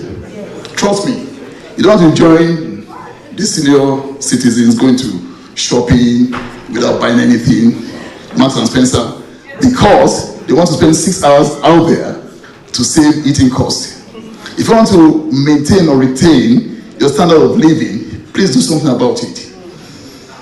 And secondly, I keep on telling parents now, people may not like this, some people, don't get too sentimental about your children. Like them, love them. I saw a client the other time say, oh, my boy hasn't bought a property and this and that. I said, so what's your problem? He's married. Leave him alone, can advise, if God nobody can give you, but let them live their life. Yes. Don't get too carried away and look after your health, because health is wealth. I tell you, once you get to the age of 18 and 19, if they want to behave like British, you too behave like British. But some people, their children are behaving British, they are behaving Nigerian. So questions don't go on well. So all these youngsters, they know what they want. Leave them alone, let them do their life. But start telling children from now, okay, the people like Aurelia, young wealth manager, go and talk to him. For the older ones, we see what we can do. It's too late, but it's never too late. No, serious. So, wealth management, as a church like this, I love this CMI. I like to come, whether I'm a speaker or no speaker, I just love what you're doing here. And I tell you, what most churches don't have what you're doing here. To be honest, for the management of CMI or for the Covenant Church, you are very unique. And I'm serious. You are very unique. And I can see a lot of prospects in the youngsters in the next 10, 15 years. Trust me, these are people that are writing a lot of big checks and offering and say, wow. So personally, we have to talk about, you have to go through and see it, and just no time for that because the money is already there. And what we also do nowadays, a lot of churches also keep money in the bank and they get peanut. We've been dealing with a lot of churches now where they will slide some of them because according to Charity Commission, you are allowed to invest. So you can invest part of the money, the church money, for medium to long term. Because also as an individual, the way you are investing for short, medium, and long term, as a church, you can invest short, medium, and long term. You may say in the next 15 years, the population of this church will triple or probably quadruple or whatever. We have to start putting money. There's no point putting money where you're earning 1% every year. So, like if you didn't put investment and not buying shares directly or currency directly, according to statistics, the stock market has always been volatile, but in the long run, 5 to 10 years, you make the money. So, I'm going to round up now. At the end of the session here, we're going to be here with our cards, but please don't do DIY. If you want to, I'll tell you something now. I'm not like Pastor who is slimmer than me. Every time to go to the gym is a problem. But what I did is to get a personal trainer. And this personal trainer, you say, do this every time. Saying, why do you want it? The other time I told him, John, I need a 6-pack. And when I started the exercise, I said, do you want to kill me? But he said, you told me you want a 6-pack. I said, okay, leave me out. Go with my 1-pack. Just leave me alone. So the reason why, but every time I go to the gym, because I want to be motivated, I can't do it alone. I'm very lazy when it comes to the gym. So in the same way with financial things, call people like me. We are not going to twist your arm to, but just listen. Because there are a lot of things, like a lot of doctors now, they're retiring, and most of them have exceeded their lifetime allowance. And lifetime allowance is per certain amount of money. When you exceed that, you have to pay tax. And they said they didn't know. So they work all their lives, and they're going to pay 55% over the lifetime allowance. But because they weren't talking to people like me. So don't look at us in St. Joseph, we are not salespeople. We come and talk to you, advise you, share dialogue with you, and say, oh, it's good. Oh, I don't like it. I like it. So please, to create wealth, the most important thing, like I said in a nutshell, people create wealth and they just, everything goes down because they've done wrong investment. 3 things I'll leave with you. Invest where you have control. Number 2, invest where in an economy that is stable. And number 3, invest in an economy that is regulated. Secondly, for those who have children, lead them, guide them, they know what they want to do. And don't stress yourself. So, at the end of the day, I'm going to read some cards here. You can talk to me. It's a lot to talk about, but I've got 15 minutes. And I'm not going to go into technical things like pension and ISA and all those stuff. But just be aware that 5th of April is coming. If you haven't used the ISA allowance, please talk to us, or some pension to get some tax and all those stuff. But CMI, you did a great job. I love this church. And please attend this event every time. God bless you.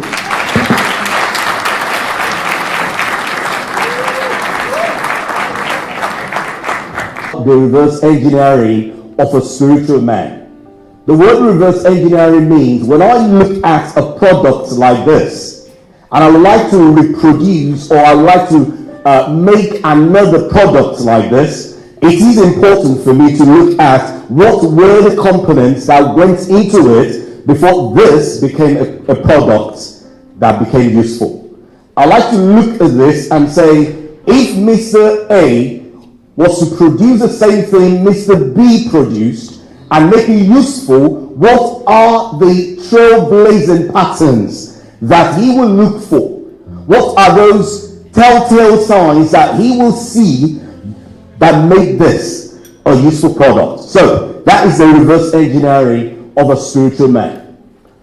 How would I know someone is a spiritual man? At the end of the day, we're not talking about a religious man, because they're two different things. The fact that your neighbor goes to church every time, the fact that you are a CMI executive or you are the worship leader in your church does not make you a spiritual man. Please tell someone, being in church is not what makes you a spiritual man. Being in church, it's not what makes you a spiritual man. But please be in church, we need you. No, please come to church, we really need you. And I'm going to go from the end of the Bible, and I'll go all the way. So I'm not going to start from Genesis. On the other end, I'll start from 3 John, and I'll work my way all the way to the book of Joshua. Is that okay?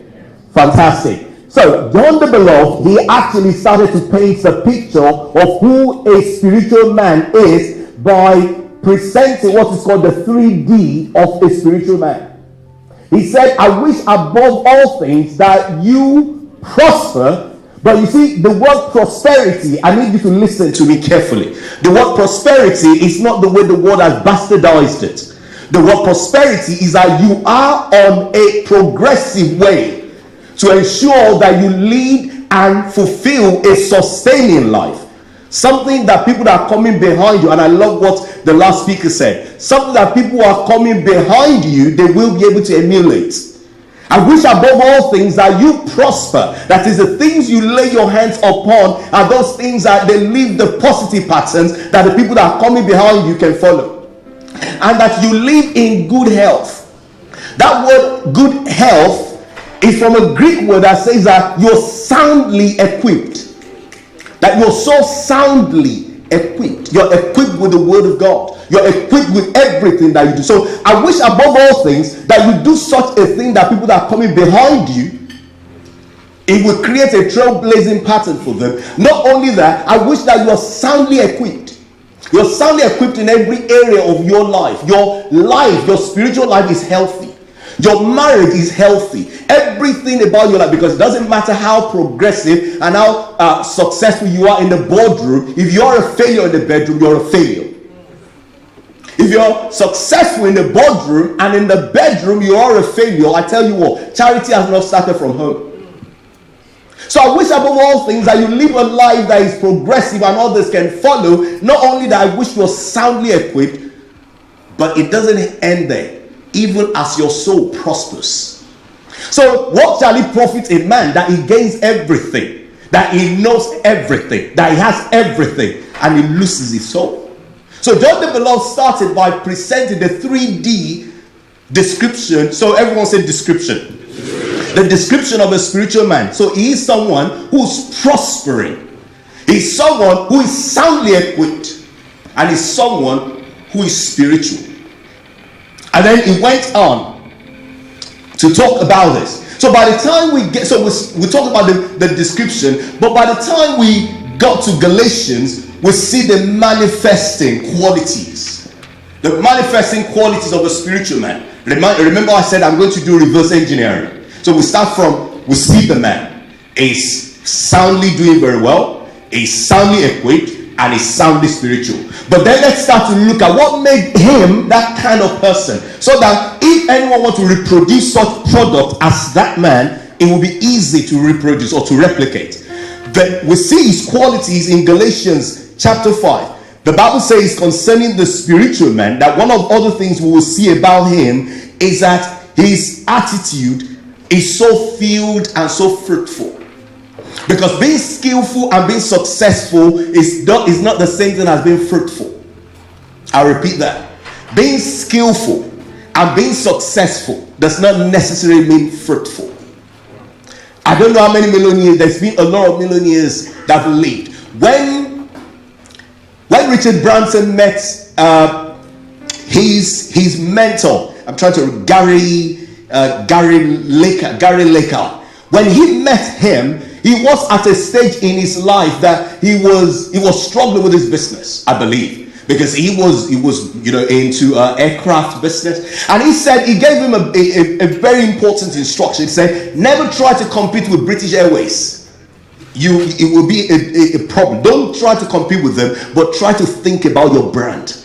The person that mentored Richard Branson today, not many of us hear about him. He was successful. He was skillful. But it is now the fruits. But the only fruit we can point to now, of course, is Richard Branson. So don't just be successful. Don't just be skillful. Please be fruitful. And that's the hallmark of a spiritual man. They are fruitful. They're fruitful in every areas of their life. And the Bible points them this way, that the fruit of the Spirit is love, joy, peace, forbearance, kindness, goodness, faithfulness, gentleness, and self-control. Against such things, the Bible says, there is no law. So we looked at this description. We said he's 3D, prosperous. And we looked at his qualities. We say he is fruitful. But you see, it wasn't until in 1 Corinthians that Paul actually delved into what really is a hallmark of a spiritual man. And Paul says that the hallmark of a spiritual man is that he is not led by perceptual knowledge. The Bible says in 1 Corinthians chapter 2 from verse 9, it says, the eyes have not seen and the ears have not heard. Paul said he's not moved by perceptual knowledge. It's not by the things that he sees. It's not about how the property markets are moving that he lives his life. Because if above all things, if the only reason why he lives and is just about how to make money and how to do that, is above most men the most miserable. That it is not the perceptual knowledge that leads his life. He's not moved by the five senses. He's not moved by the things that he sees. And it's not conceptual knowledge. It's not the things that entered his mind that he's moved by. So he's not moved by the things he sees. He's not moved by the things he's heard. I said to my wife, I said, it's a good thing the way God usually takes one if you're trying to become a pastor. One of the things God helped me to understand early enough when I know that, right, I'm being asked to take some leadership position, was that God connected me with some people who are stupidly rich. Like seriously rich. And I used to do tutoring. When my wife and I, as we started our lives, the time that there was not enough money to pay mortgage and all of that. And the first time I went to, I don't know how many of you know Michael Redfern. I'm doing a bit of name dropping now, sorry about that. Michael Redfern is one of the managing directors of PNB Paribas. And the first time I went to Michael Redfern's house, what amazed me was his attitude to his children. It was about the simplicity of his life. And I do meet people from ethnic background that they don't even have enough money and you can't even talk to them.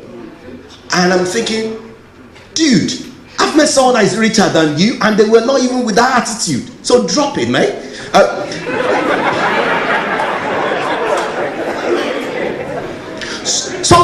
So when I met him, it was just his attitude. It was just the simplicity and how welcoming he was. Paul said the way you know a spiritual man is not by what he sees. He's not moved by the things that he sees. He's not moved by the wealth around. He's not moved by the things that comes to his mind. He said the way you know a spiritual man is how discerning he is. He said he judges all things. And I looked at that scripture for a while and I went back a little bit to 1 Corinthians chapter 1 verse 17. And Paul said, I have not been called to baptize. And I stopped there for a while. He said, I've been called to preach. And Paul was simply saying that one of the ways you know a spiritual man is that it's not that they only knew the difference between right and wrong. No, sir. They know the difference between what is right and what is almost right. It's not just knowing about what is right and wrong. You know the difference between that is right and that looks almost right. But it is not. In 2008, I don't know, thank you for the gentleman I was talking about, the money market. There was an Australian guy with a street name, the Wizard of Oz. Jeff Coffey. And in 2008, Jeff Coffey turned down £160 million to remain in his company. He used to work with GLG then. And he turned down 160 million pounds to remain in GLG. And the market went crazy. The newspaper went crazy. Financial Times went crazy because we were just thinking, who in his right mind would turn down 160 million pounds to be retained in his company? And I said, well, people like Jeff Coffey would do that. Because Jeff Coffey knew the difference between what is right and what is almost right. He knew that he could create that wealth within a short period of time. And in 2012, he retired at age of 41 with 430 million pounds worth in his account. A spiritual man is someone that discerns the times and seasons. The sons of Isaac are men that have understanding of times, not just having understanding of the times. They know what Israel ought to do. They know what to do, how to do it, and when to do it. Please say to someone, I know what to do, I know how to do it, and I know when to do it. Because really, this is what distinguishes you between yourself as a spiritual person and a religious person. I got offered this job with a company that is part of a FTSE 100 company. And it was going to pay very well. And it would have been a good, easy money that would have made our life very easy. But you see, there was a catch to it. The catch was that I would work on Friday evening, I would work on Saturday afternoon, and I would work on Sunday afternoon.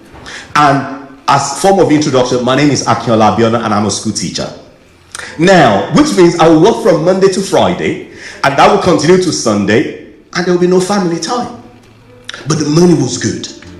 The money will have made that my wife will actually be able to buy those extra pairs of shoes, which are now I have to be stepping over in our house. But I knew the difference between what was good and what was almost good. I knew that this would destroy my home. That money was too good to be true, but I knew that money was not enough to buy my marriage. Paul said, a spiritual person, he judges all things. And one of the ways that you must, this year 2018, and thank God for what God is using CMI to do, is that we must be people that judges all things. We must never be people that are moved by what everyone does. We must be people that are discerning in all things. So Paul said he walks in discernment. In fact, in Philippians chapter 1 verse 10, Paul prayed for the church that they will approve that which is true. To approve that which is true means to judge it, to look at it intently and decide whether I'm going that way, that they may judge what is true. I've got just about 5 minutes left, I believe. And so we looked at the description of the spiritual man. We looked at the qualities of the spiritual man.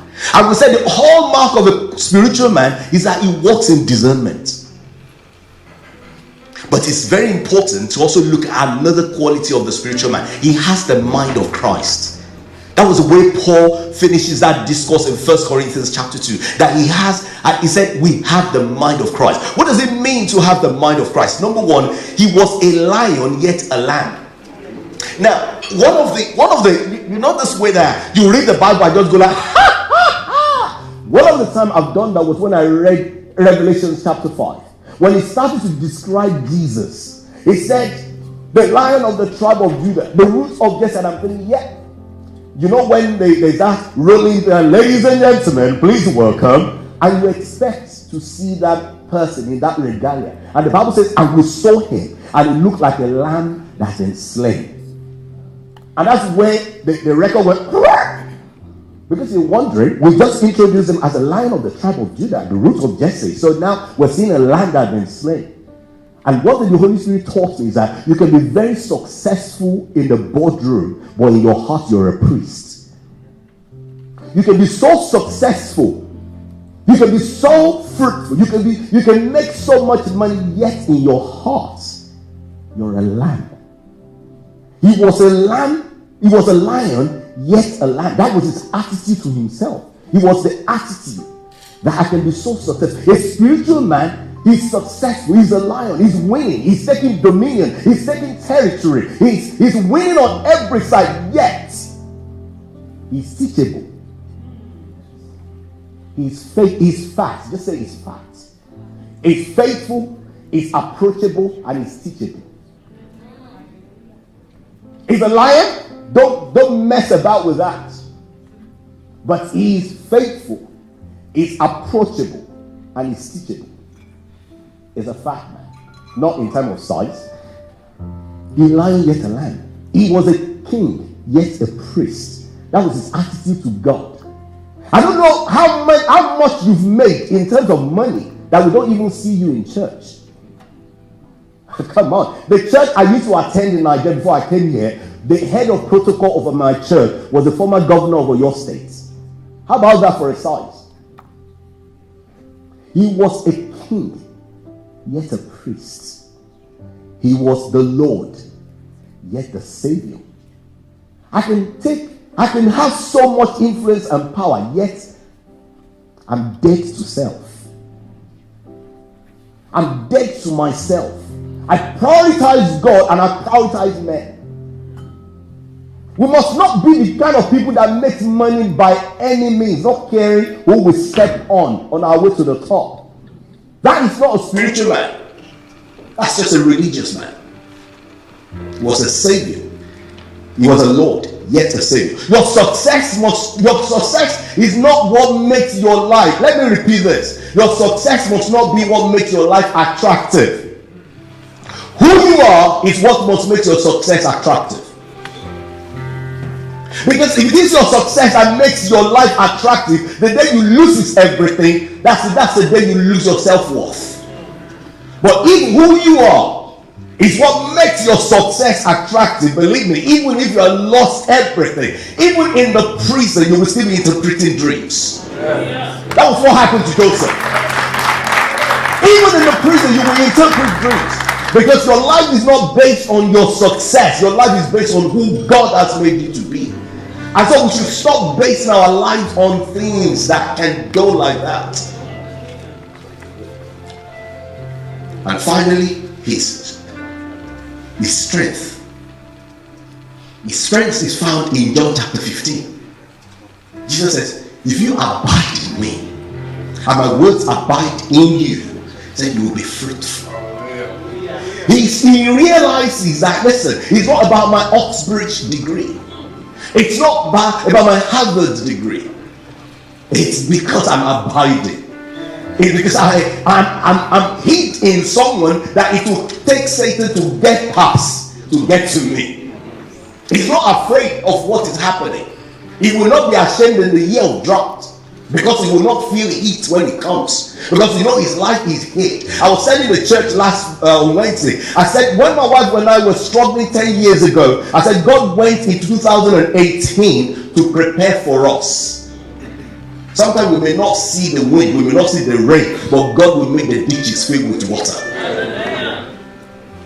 His strength is found in John chapter 15. He abides. His mission is found in Luke chapter 4:18. The Spirit of the sovereign God is upon me. He knows that the reason why God has created him is not just for him to exist. It's because it's in a mission.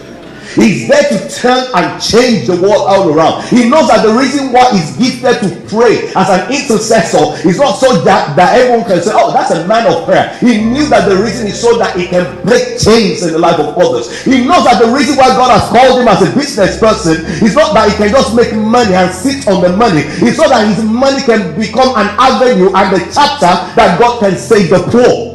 He knows that the reason why God has blessed him is not just for himself. He knows that he is on a mission. Say to someone, I'm on a mission. And finally, his assets. I said his description, his qualities, his strength, his mission. But you know what? His asset.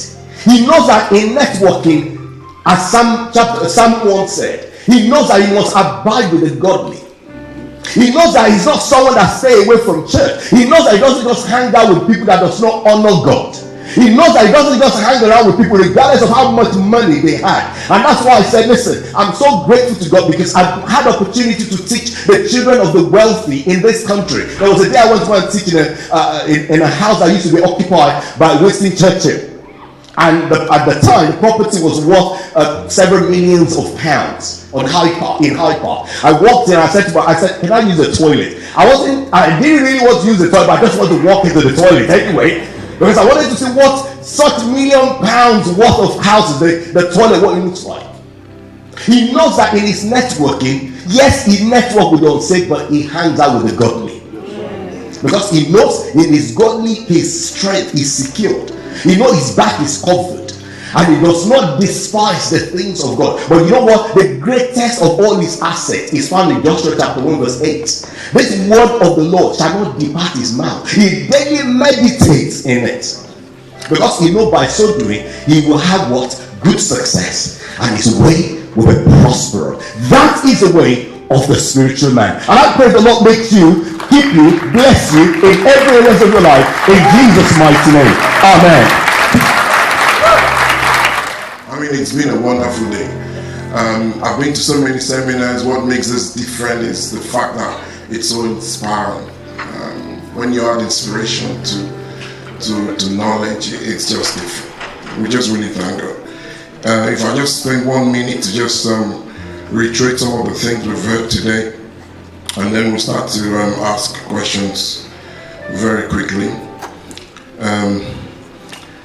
Pastor Tara started by explaining who a total man is, and we know that a total man, in summary, is a complete man, well-rounded and balanced. There's nothing better than being a balanced Christian. Mr. Folabi Andrew now started to talk about networking. He talked about the fact that we will continue to remain irrelevant unless we take advantage of strength that comes with numbers. However, it is not enough to have potentials. We need to add action to our intentions. This was how I was taking the notes. Networking is the bloodline that connects and cannot be ignored. Your brand is your most valuable collateral. It's very important. Integrity, which a lot of people lack. Life is more about what you can give and receive. So that was awesome. And then we had Kevin Evans, I think he's gone now, talking about golf. Talked about the fact that golf can get you out of your world and gives you a sense of purpose. So it's a good way to just break out of that walking around the clock. You can do one-on-one or in a group. You can play golf till the age of 90, so people who are about 60, 70, 80 years old here, you don't have to give up on sports. Fat golfers live long. Okay, that's interesting. He also said that 80% of the businesses are won on a golf course. Then we had our brother Laga, who came to talk about currency trading. He talked about the fact that we shouldn't exchange our time for money, but we should look at ways to increase our value. And I think that's really key. Trading is a tool that can be used to increase our value over a period of time. You can make money on currency movement, hence whether it goes up or down, you can still make money. Trading is not for income because you cannot dictate the market. You can't dictate what you want from the market. I was a little bit disappointed in that because I was already thinking of retiring and start trading, but yeah, thanks for telling me that. A good trader thinks percentages, thinks risk first, not profit. Traders minimize their risks when losing and become more aggressive when winning. So we need to understand the benefit of leveraging. And he also said that trading can be learned. He's learned it. It should be learned, according to him. Then we had Mr. Shotcon talked about wealth management. He started about succession planning, which is key. He also said that many have built wealth over the years and sometimes end up losing it due to carelessness. He talked about the fact that we should keep our investment close to us. We should keep our investment where we can monitor it. We should keep our investment where there's regulation, unlike some countries. Inheritance tax is voluntary. Plan your finances and avoid distractions. So don't copy other people. Don't do what others are doing. The employed have fixed income. He talked about the fact that business is a better way to grow wealth. It is important to build wealth and keep your wealth in a stable economy. Then we had our most reverend pastor, talk about the spiritual man. This was the only time I couldn't take too many notes because I was busy listening to you. He talked about Galatians 5, talked about the fact that being skillful and successful is not the same as being fruitful. The hallmark of a spiritual man is fruitfulness. He quoted 1 Corinthians 2:9. The spiritual man is not moved by what they see. They are driven by the Spirit. Also talked about the fact that they know the difference between what is right and what is almost right. And he started a few examples. The spiritual man is spiritually discerning. They know what to do, when and how. I just want us to give a round of applause to all the speakers. It's been so awesome. It's quite transforming.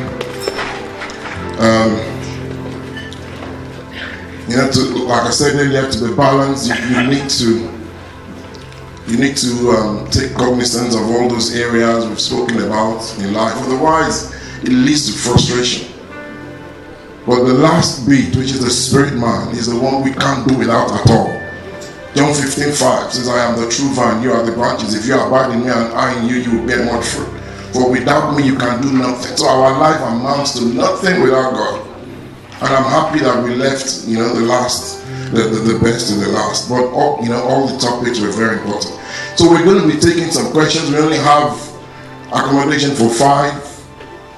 We would just want to, we would like the young ones to be involved as well, women, men. So we're just going to balance things. We've been hearing about balance. So can I see your hands if you want to ask questions? Otherwise, we will ask you questions and we'll just pick you if you don't ask questions. My name is Wale. I go to Equipping People Church. I wanted to ask about specifically to the wealth management side of things and talking about Nigeria and investing in Nigeria. I completely understand in terms of it makes absolute sense to not invest in Nigeria at this point or to keep your money here where it makes sense. But one thing I've always considered is when Nehemiah heard that the city walls had been destroyed, he took it upon himself to go back and say he wanted to go and rebuild them. And people mocked that because it didn't make sense. Where he was already prospering, he'd already done pretty well in a foreign land, but he heard that his own land, the city walls were destroyed.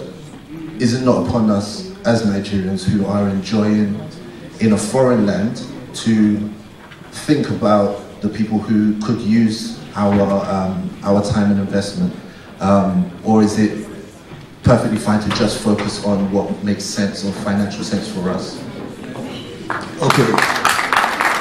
Let me tell you, even though I'm from Ogun State, my hometown, I don't go there regularly. But we gather everybody in the UK that belongs to that community in England to raise money and to refurbish the healthcare there. The health center over there. So that's giving back to the community. It doesn't mean I'm putting my investment in there. Like we rebuilding today, we put this health center for the needy over there. You can be living here and give aid and look after people in Nigeria.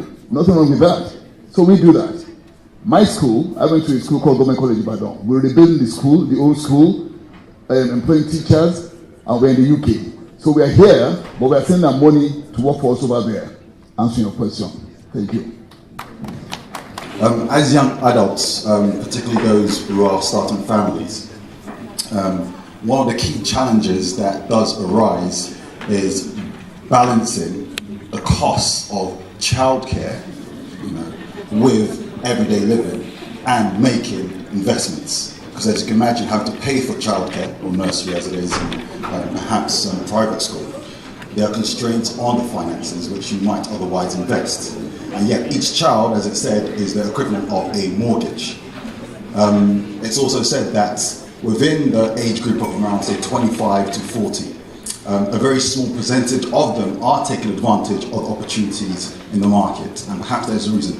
Are there true opportunities given the challenges of this particular group of people and the hopes that they want for their children to make suitable investments to equate to what will amount to a house per child with the current conditions and challenges that they face? Are there opportunities for them to get management options? If I got your question right, I'm going to go back to, I don't know, are you married? Yes. Okay. You look so young, that's why. You see, for people, I tell you, give it, wealth management, I'm a wealth manager, I'm a Christian, I'm a father. For those of you youngsters, let me tell you what a lot of people do. In either I go to church, especially if you are single. What I found that a lot of these English people do, that the children will live not too far from their parents. And why do they do that? Childcare. I found that his parents will live in Stratford and go and live in Milton Keynes. It's always a strategic thing that you leave, of course on your way you dump and you go. You drop them there. Secondly, in our own days, we used to bring parents from Nigeria, come here. You got to be wise with your child care because it costs a lot of money. It's only when you don't even have anybody at all, but there are ways in which you can also, group parenting, people will drop so because it's so expensive. But let me tell you, people have gone through this. You got to do child care, and that's why I say you're going to calculate when. You start early when you have the energy, when grandma is still very young to help you and all those stuff. So there are a lot of things that it also involves local intelligence. Okay, yeah, I'm going to live near my parents. I'll drop them there. If you haven't got parents, bring them from over there or somewhere. If you haven't got any of those amongst your peers, you have like a rota who's not working there. So there are a lot of things because childcare, whether you like it or not, we've gone through it and we did it, and it's not going to go away. So you still have to plan. And that's it. The question is predicated on the assumption that to get any value from networking, you kind of have to do it at a level that is above your level. So my question is, when you go into a network environment where it's operating above your level, how can you be of service in that environment to get benefits from it? I think you're going to need to explain to me what you mean by above your level. Explain to me. If you're networking in an environment where people that have achieved more than you, where people that you are looking up to as examples of where you want to attain. Right.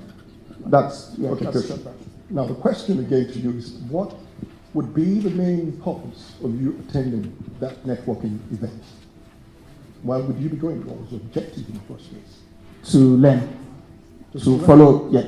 So if you see people who have achieved success and you want to achieve similar levels of success, you follow the clues as you know. People okay, let me just show you a picture. Let me show you a picture. In a networking environment, what you find was exactly what I did ask us to do at the onset. I asked us all to stand up and to walk around, just to interact with each other. So what you were doing then was talking to him, talking to her, okay? Now, in your discussion, it really boils down to what you are communicating. It's not as though we have a panel standing and addressing the crowd on particular aspects that will motivate them. That's a different exercise. It could be a workshop, that could be a seminar.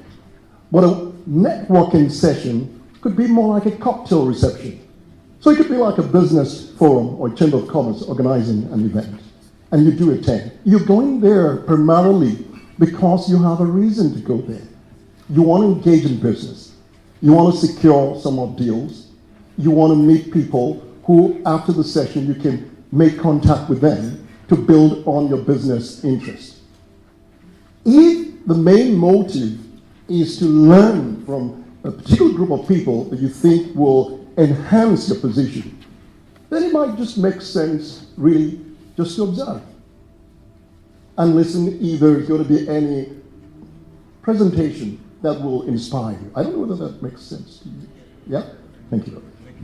Your last bit of your presentation, you left me a little bit confused. Could you just conclude on that? Because when you were talking about the property section of things, you first said if you have 10,000 or 30,000 and you get a mortgage, you then end up owing 300,000.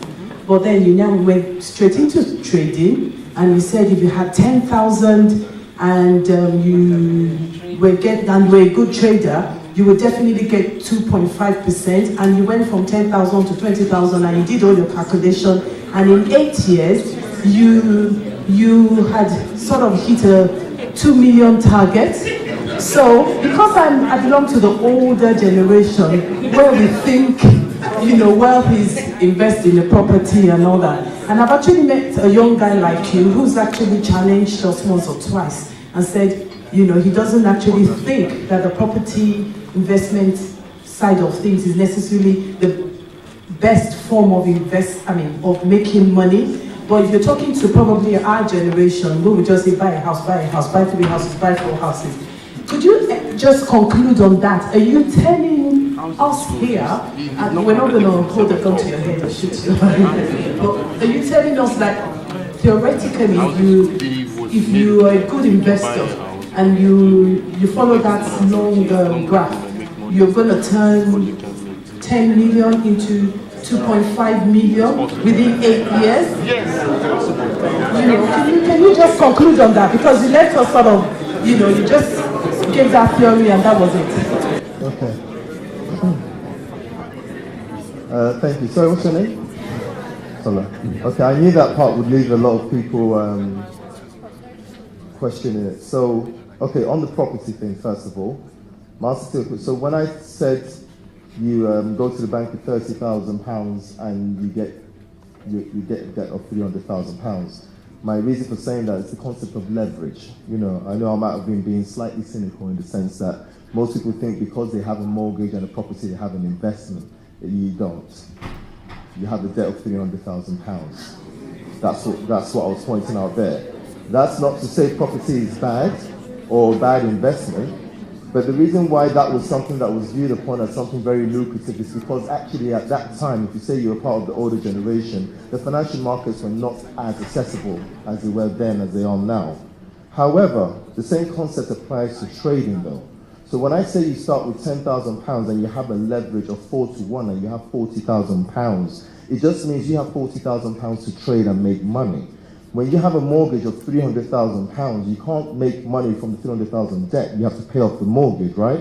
And when you pay off the mortgage, you build equity in your property, which then you could draw off and do something. So that's the difference. So you that have £10,000 to go and buy a property, and myself that has £10,000, I get £40,000 to use to actively engage in the markets. So is that part clear? Okay, who doesn't get that? It's clear? So my £10,000 is £40,000 in trading money. Trading money. So the broker, just like the bank, give you £300,000 to buy a house that you have to pay back. The broker gives me £40,000 to trade. Of course, if I lose the money, it goes against you. So don't get that. So it works the same way. The only difference is property as an investment is usually for income, stable. It's usually for income. Now the example, yes, over 8 years, numbers don't lie. Okay, only people change, really. So the question is, if 3 years' time and you saw 160,000, would you not take the money? Would you wait for 8 years? If you developed yourself after 7 to 8 years of training and learning how to trade. In my first 2 years when I started off, I only had a couple of £1,000s. My friends used to say, why are you doing this? You're only making £100 here, there, £200. I said, the difference between me and you in 10 years, if we both had £20,000, I know what I'll do with it. So that example there, someone said it was theory. Yes, it is not numerical, but you have to know what you're doing. You have to become a trader that can deliver 25% year after year after year. It is not in comparison to property. It is not better than property. Property is a different form of investment. and majority of the time property is used for income. Okay, I hope that answers the question. Does that? Thank you. Well, I'm not going to advocate this for everybody, but for those who have invested in Nigeria not to be discouraged. It is good to invest where you are, and I perfectly agree with that. However, as someone in the financial sector, I made investment of 6 million Nigerian money.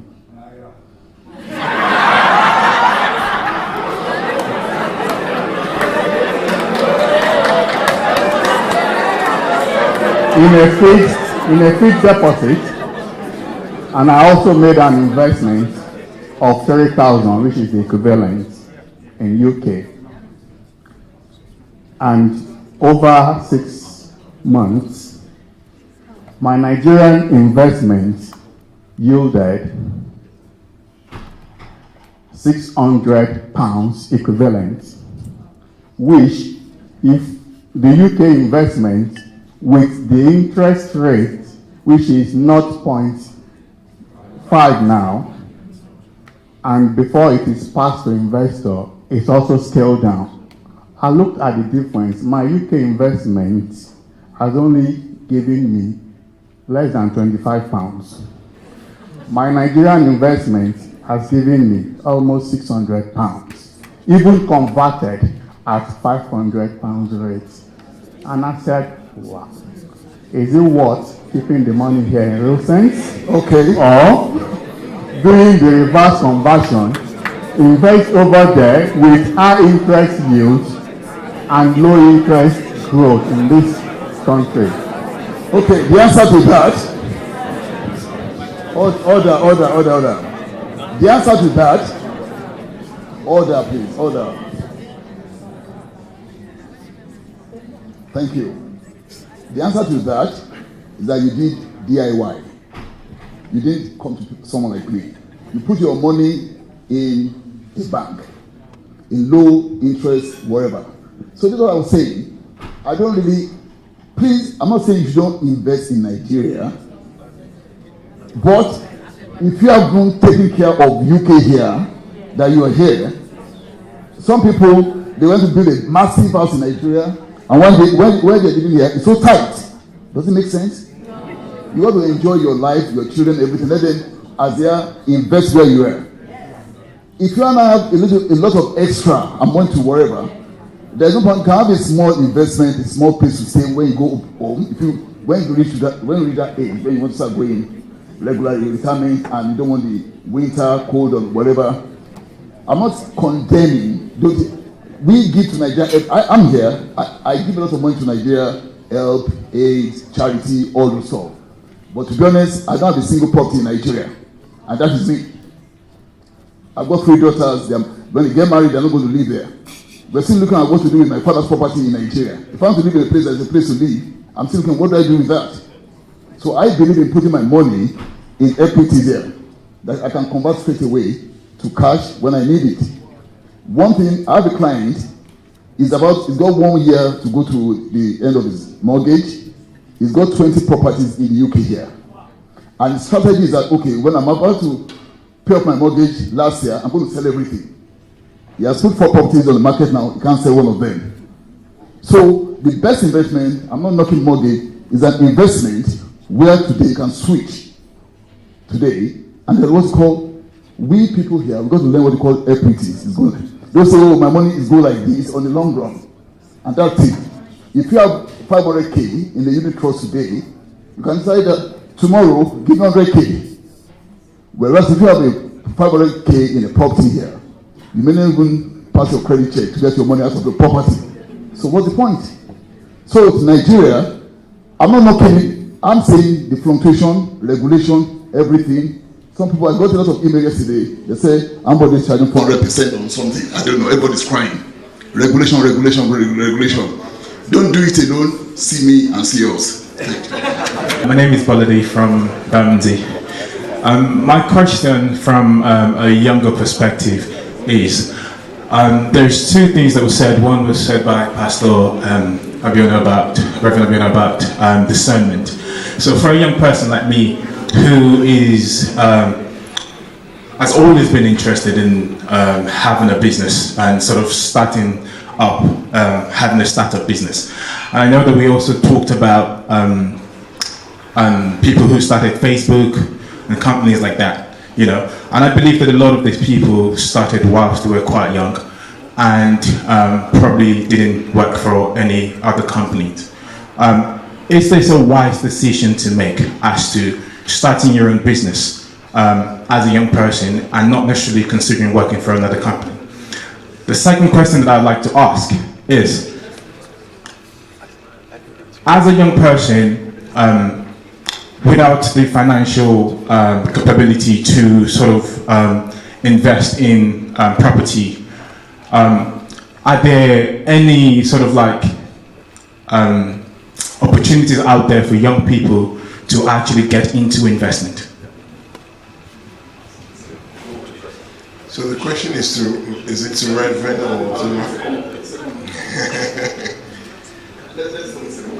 Okay. No, I need to do something else. Just for you.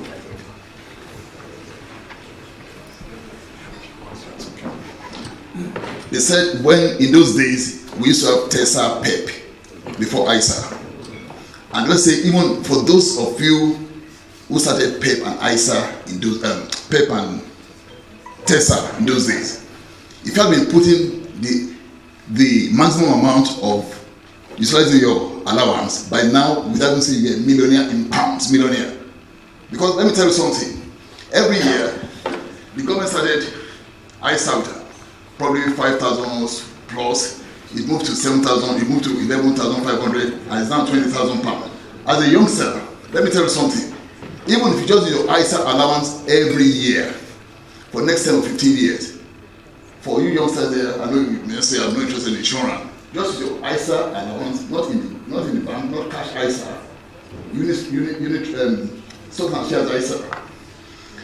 When you put money in an ISA in the bank, they promise you 0.something%, 1%. And we have investment review here. In the past 10 years of unit trust or ISA, some investments are 85%, some are 45%, some are 100%. So just use your ISA, not in the bank, cash, stocks and shares, every year, put in there, put there. And I can assure you, in the next 10 years, you'll be smiling. That's on the area of investment. You don't want any risk. I mean, just go to stocks and shares ISA, medium risk, low to medium risk. That's enough for you. Just put it there. If you don't do any other thing, I can assure you, in the next 10 years, you'll be smiling. So you got to be designing. Discernment is very important. How much do you consider to put in the ISA? Maximum, government give you 20,000 per. But you can do it monthly, that's the maximum. Can divide 20,000 divided by 12 and put money monthly or lump sum, but that's the maximum. With respect to entrepreneurship, we have a group called the Nigerian British Business Forum, and we've got the youth wing of it. In fact, next week they will mark the first year. A group of young chaps and ladies like our young ones here. We've got a WhatsApp group where we have a chairperson who leads them. The chairperson is actually within our own peerage. And the focus, very simply, is to build multi-millionaires over the next 20 years. We have a game plan, 2038. We're working towards that, and we're believing that we will be able to turn young people like those in this room to become captains of industry in the United Kingdom, and we believe that it's possible by God's grace. If you want any information, more than happy to assist you with that. God bless you. My question is, in order for us to increase our capacity to be able to invest, is there an investment opportunity from your company to us that have business ideas that are looking for funding? Yes. I said the answer is no, we don't give people money for funding to want to start their own business. Is that what you mean? Yes. Yeah, but when you talk to me, I can give an idea of what you can do. Serious. Though I'm not lying, I just give you advice on that, what you can do. It's been wonderful, and I want to appreciate everyone who's given their time to be here today. The speakers have been appreciated, but let me add my own to that and say that we're very grateful to have all of you experts in your field. The New Covenant Church is a part of the body of Christ that is unique, because everything really flows from the head. And I've seen over the years, I've come to the conclusion that it's a privilege really to be a part of this body of Christ. And so the General Overseer is not here, but I think we should praise God for the life of Reverend Dr. Paul Jr.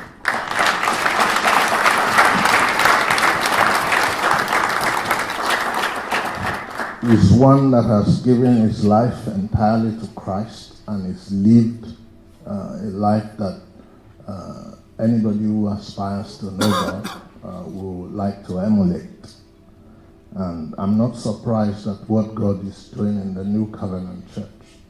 We may still be in infancy after this many years, but I'm persuaded that God is taking us somewhere. And it will be a place of fulfillment, a place that lives truly are transformed. So Brother Akin is a good product of New Covenant Church, and I would like to say that you've done us proud today. Well done. Also, I need to appreciate what Covenant Men has been doing over the years. Brother Tayo has been from inception the president in the UK, and the group has taken many strides over these many years. So thank you very much.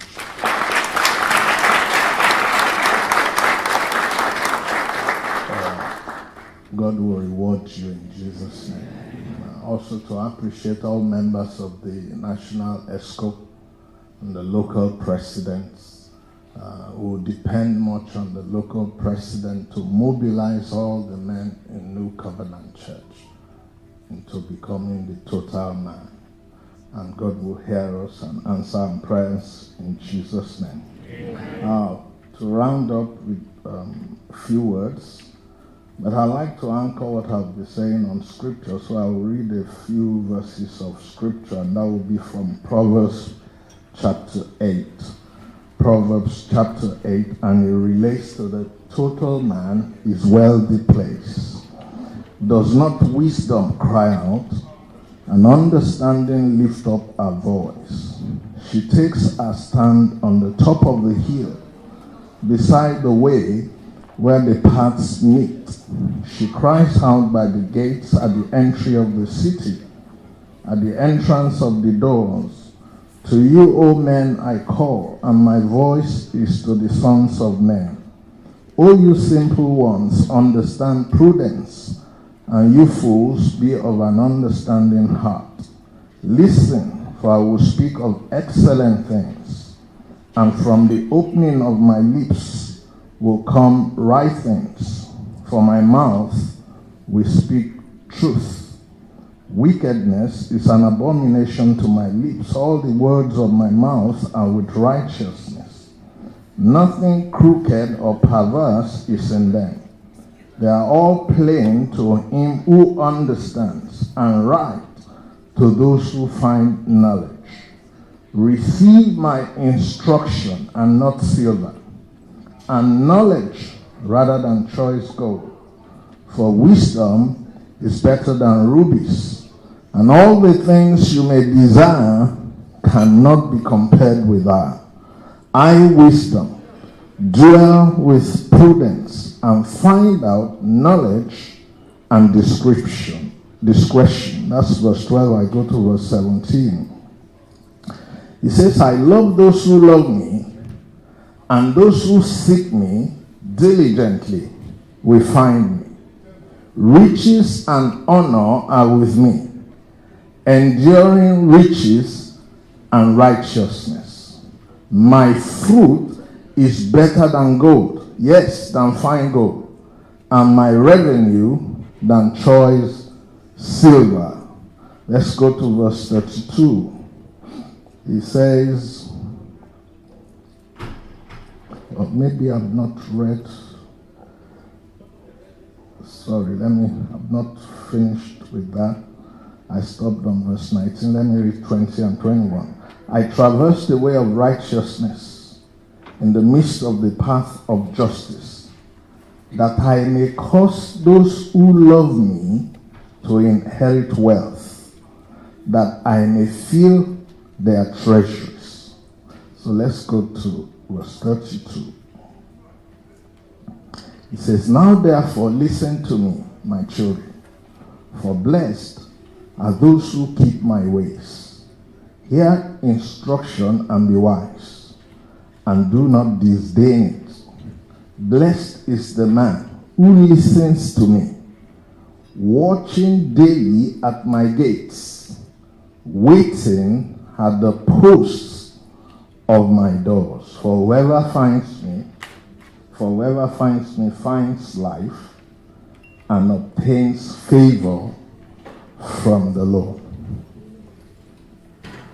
As believers, the Bible says already, not in the future, all things belong to us.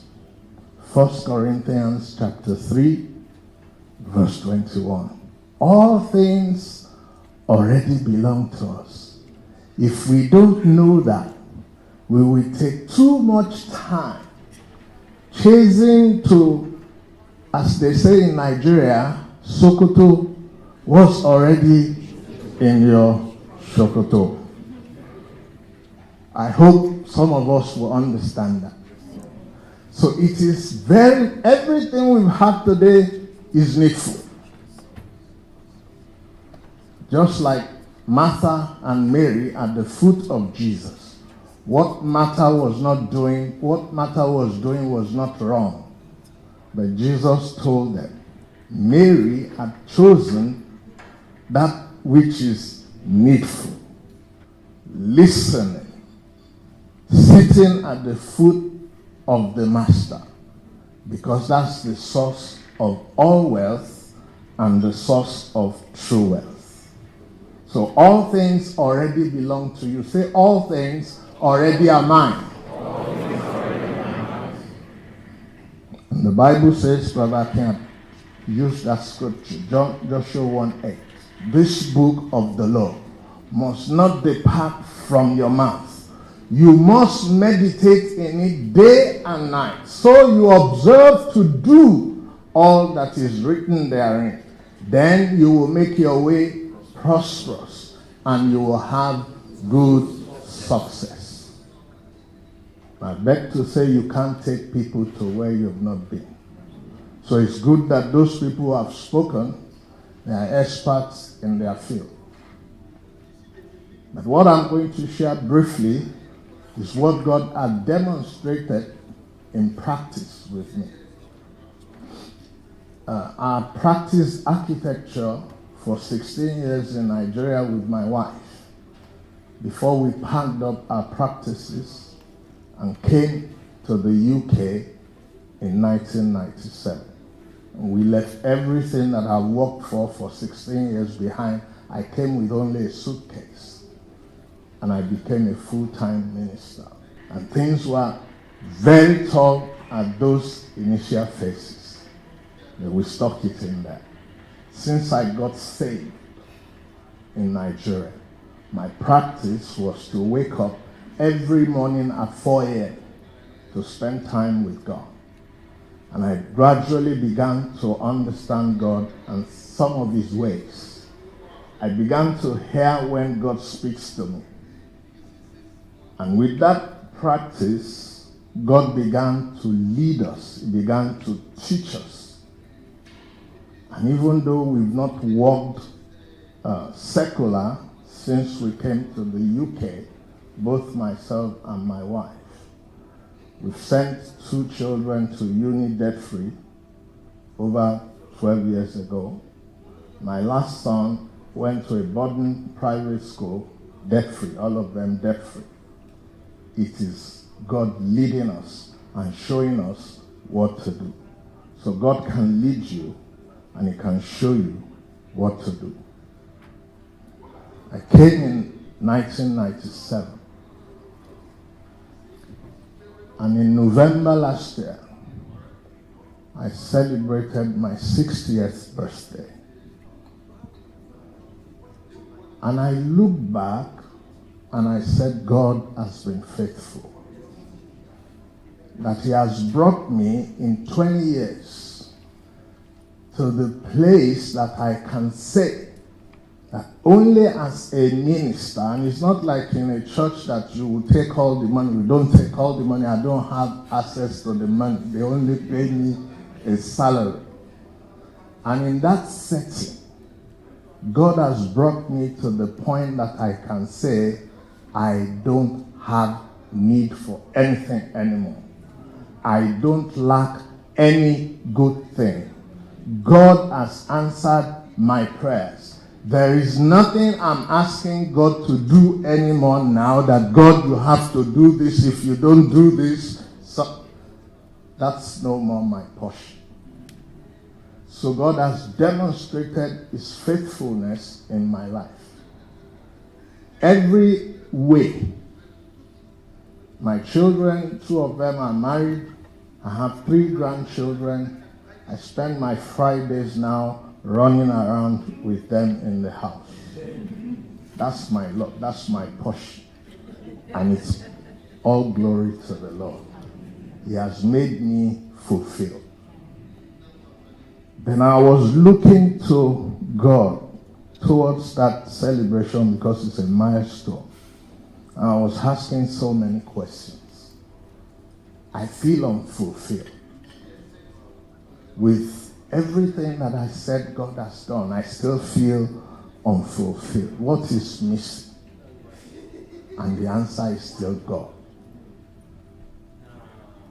That I don't know Him enough. I want to know Him. I want to know the mysteries of God. I want to know God on a one-to-one basis.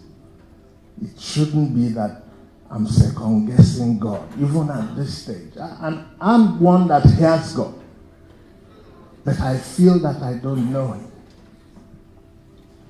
So that's the state I was entering into this year, 2018. And since I got saved, it's only when I came to the UK that I began to wake up at 5 a.m. It's been my practice.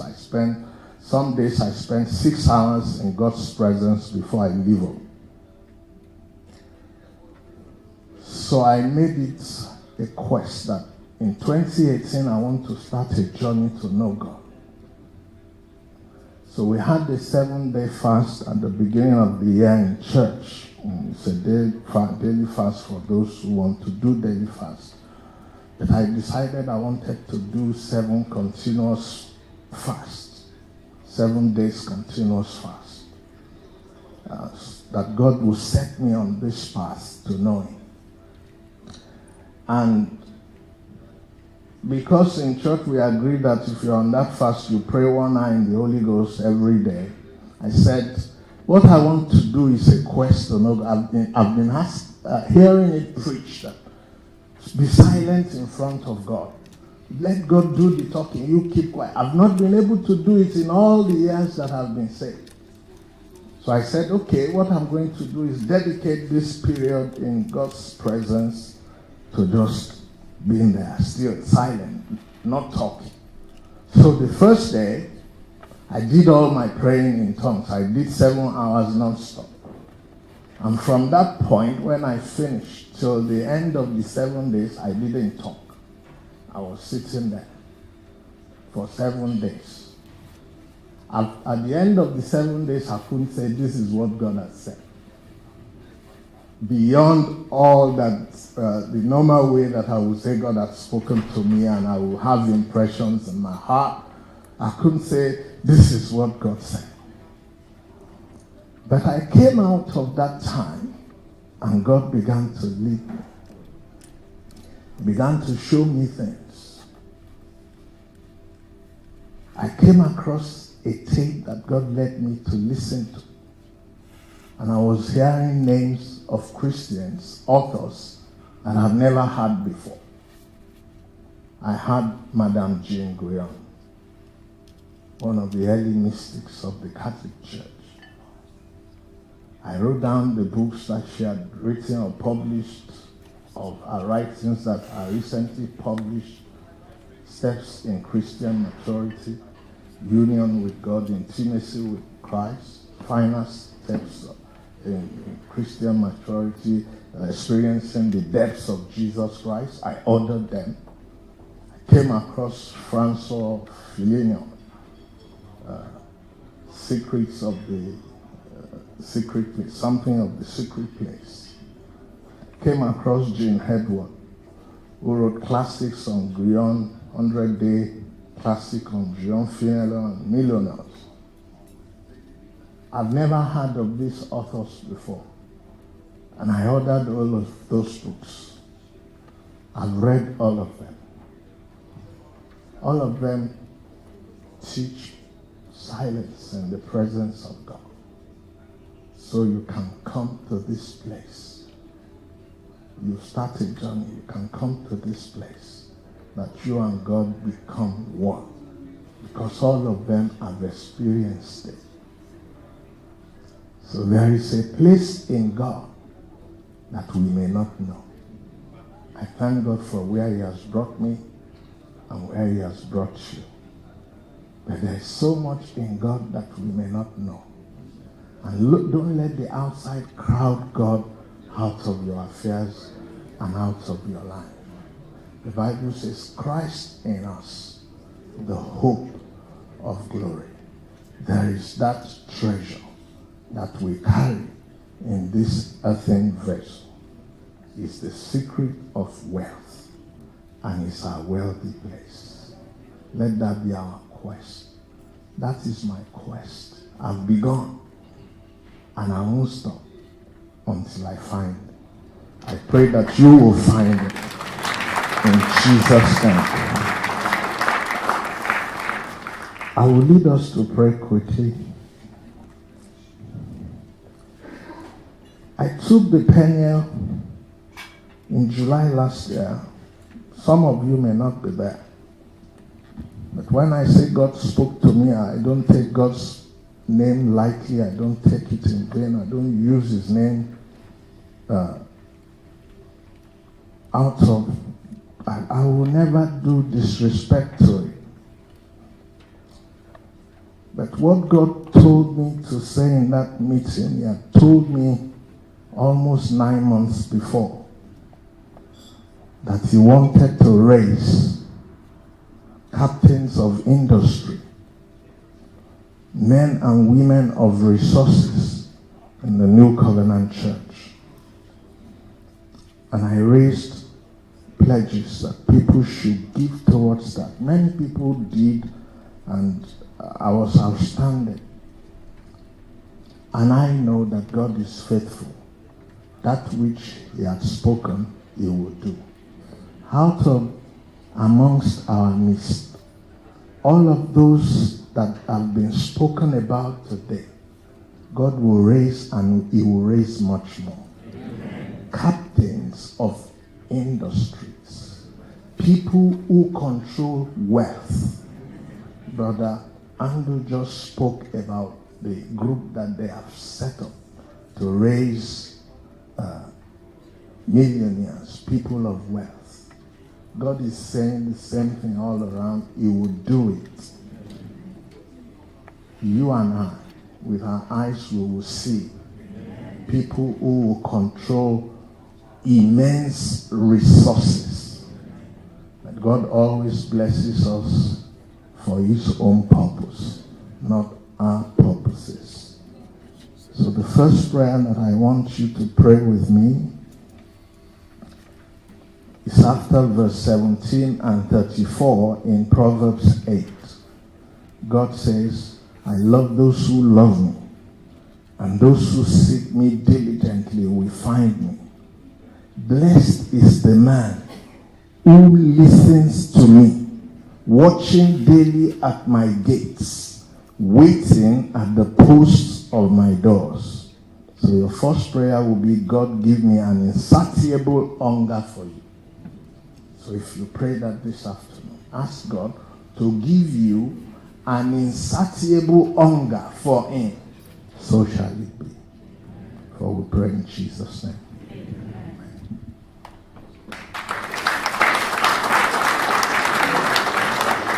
Okay, we want to appreciate the Deputy General Overseer. We have a gift for him, and I'll be presenting this.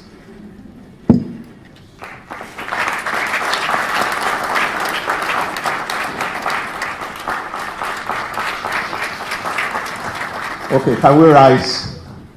The grace of our Lord Jesus Christ, the love of God, and the fellowship of the Holy Spirit be with us now and forevermore.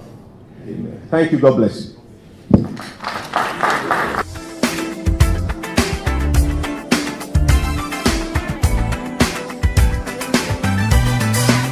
This year has been very wonderful. The theme for this year is the total man and his wealthy place. We've listened to 5 speakers, plus the Deputy General Overseer of the New Covenant Church in the UK, Reverend Femi Omishade, and we've been richly blessed. We've had a nice ambience. It's a packed house, more than we expected, nice breakfast, and we've taken a lot of lessons to go and put into use. I think I've learned about networking, that if I want to really network, I must look at the network of the people that I'm networking with. We've also learned about golf. In fact, that was quite funny. Everybody demonstrated how to play or to tee. I want to appreciate Pastor Abiono for the wonderful sharing of the spiritual man. I want to thank God for Laga, who talked about currency markets, and then Mr. Tony Shokon, who tremendously raised our expectations and our understanding of what wealth management has been. I think this year we have really achieved at least 80% of where we are going, and I'm sure from this year onwards we'll be doing even more and even better. We have brought our women this time because we always want this to be a family time, and I'm sure the women also have enjoyed themselves. We thank God for our young ones who at least form about 20% of the attendance, and I'm sure that they've learned many things that they can go take home with them and then begin to get inspired. I want to thank God for today, and I appreciate all the people who put their hands together to make this a successful event. Thank you. My name is Fred Lawale. I'm a pastor of New Covenant Church Pamphlets. I'm a product of CMI. I've been coming to CMI for the last, I don't know, maybe about 10 years or thereabout. But I'm glad I came because I've got an understanding or awareness that in England, that we have a strong currency, a stable currency, a stable economy, and a stable government. Likewise, I bought some tickets for 1 or 2 people to come for this program. So I've come here to get some investment, to get some knowledge, and likewise, I'm investing in others. So thank you. Great place to be. I'm so glad I was able to attend this program. The Oshana case sent a message to my husband about 3 days ago, asking us if we wanted to join the program. Come for the breakfast meeting, and we said yes. I'm glad we finally made the decision to come. Despite the short notice, it's been a wonderful day. We've learned so much.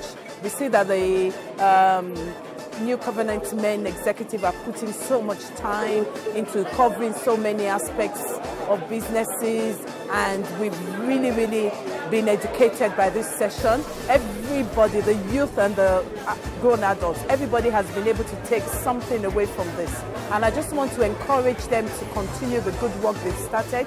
May the good Lord continue to bless you. May the good Lord continue to give you the knowledge and the understanding and just the revelation to know all the areas you need to talk about. And may this program continue to be a blessing to everyone. Thank you so much for inviting us. It's actually been a very fruitful session, and I'm very grateful that myself and my husband have been able to attend. And we will be back next year by the grace of God. Thank you and well done to all the executives. God bless you all. My name is Yetunde Oshonaike, and I attend the New Covenant Church Streatham. I've always been coming with my husband to CMI breakfast meetings, and it's always been a blessing. I've always come and taken something back home to work with. But especially this year, 2018, it has been a wonderful experience. We've had lots of speakers talking about different aspects of life. And as an entrepreneur and as a Sunday school teacher and as a mother and a mentor, I have left this meeting refreshed, re-energized, and ready to move on. And with all the tips and the equipment that I need and the skills and the information to move on to the next level. So I just want to say a big thank you to Pastor Ojolo and all the CMI members for giving us such a platform and such an opportunity. And it's been an opportunity to catch up with my friends as well. So CMI, you're doing a great job, and the Lord will continue to reward you. Thank you. It's been an amazing event, and I sense that in my focus on networking, it is such that has to be a daily practice. A lot of people look at networking as going out to events and meeting with people. Of course, that is part of what networking is about. But in doing that, we must ensure that not only are we going to add value, but we must also be conscious of our own value position. So what does that mean really? Just like I said, it's got to be our own collateral. And our collateral really is our brand. At any point in time, whatever you're selling, you've got to make sure that you're selling on the back of your brand, and your brand is you. And in talking about you, we're talking about your reputation, and that is what people will buy into. So please, let's just take note of that. At any point in time, our brand is based on our reputation, and that is what people will buy into. It was a really good event. We had multiple speakers from different fields. We had someone from golf, someone from wealth management, and it was a really good event. I would definitely encourage more people to come and for people to come next year. My name is Laga, a true economist, and we've just finished an amazing event, the CMI breakfast. Honestly, the event was so informative. We learned so much. We learned about networking. We learned about wealth management. I did a talk on currency trading. We also learned about the spiritual man. We even had a guy here talking about golf, which is something I've always wanted to get into, currency trading. Now, trading the financial markets is not for income, all right? You cannot trade every day. The mistake most people make is that they think about profit rather than risk. A real professional trader always thinks about risk and thinks about this in percentages, okay? Trading will not make you a multimillionaire overnight. It's something that you have to do over a long period of time and get good at it. Just like anything else, it's a skill you have to learn. So if you're not passionate about learning the skill, I suggest you don't trade. Thank you very much. So I just finished at the CMI networking day. I had a very good time. Obviously there was breakfast, which was very nice. And there were speakers. We had someone speak to us just on networking in London for ethnic minorities. We also had someone speaking to us about wealth management, which was very good to listen to. And we had a little interactive session from a sports person who taught us how to do golf. And all in all, it was a great day. I'm very happy I came. Even as a woman, I'm glad I came to the Men's International Day. Hi, my name is Abolade. I'm from NCC Bermondsey. Today was absolutely awesome. Actually, I'll talk about the food first, and then I'll go into my key takeaway from today. The food is amazing. If you know me, I love a really nice British breakfast, and it had pretty much everything in there. But most especially today was really about being that spiritual man, both from a business perspective, as well as for me as a young individual. How can I get involved in investing and more? And that was for me today. Just coming in today to be able to learn from expertise in the business, was absolutely awesome. And it's given me sort of a head knowledge as to what I need to do in the future, but also from a spiritual perspective, what was amazing was just knowing that, you can be like Christ and still have dominion on this earth, absolutely love every moment today. And you know, if anyone is thinking of coming to this event even next year, please, please, please, please, definitely come. Don't miss it, because it will change your life. I've never missed it from like 2 years, 3 years ago. And every year, I always now have a vision for the next year. And definitely, I've got another vision to go on for next year. And I can't wait for next year. Thank you very much. My name is Tony Shokon of St. James's Place Wealth Management. Today has been a fantastic day. We do have many speakers, but I believe the crowd today here, the CMI, I've been blessed by what I shared with them this morning about wealth management. I believe wealth management is very important, it's the key to financial planning. And I mentioned certain things about keeping your investment where you are, where you live, keeping your investment where it's regulated, and also keeping your investment, especially where there is stability. During the course of the event today, I've met a lot of youngsters who need a lot of direction, mentoring, to get to the place where they would like to get to. And then I believe the problem with a lot of people is not using a qualified advisor to help them with their financial planning. But today has been an eye-opener for a lot of people. They cannot do it alone. And I mentioned the fact that a lot of people build a lot of assets over the year, and because they want to dabble into what they don't know, what they're not really conversant with, they lose everything. So wealth management is a key thing to your financial future. So today has been a very good conference, seminar with various speakers. I'd like to thank the CMI for inviting me, and I hope people will be blessed, and I believe they are blessed. Thank you. I'm Akin Ladapo from New Covenant Church in Streatham. Today we just finished the national breakfast meeting for the Covenant Men International. I can say it was really, really fulfilling. Not only just because we had a wonderful breakfast, but because we had talks from all the relevant things that talk about the total man, networking, finance, wealth management, and the spiritual man. I'm really happy about how we're progressing and what we've achieved based on all the other years and efforts that we've put all this work in. Looking forward to seeing you next year when we'll have another jam-packed, fulfilling Covenant Men breakfast. You're welcome, both men and women. People of all ages, please come and be blessed and become the total man that God made you to be, according to that which has been reclaimed from the first Adam through Christ Jesus. Thank you.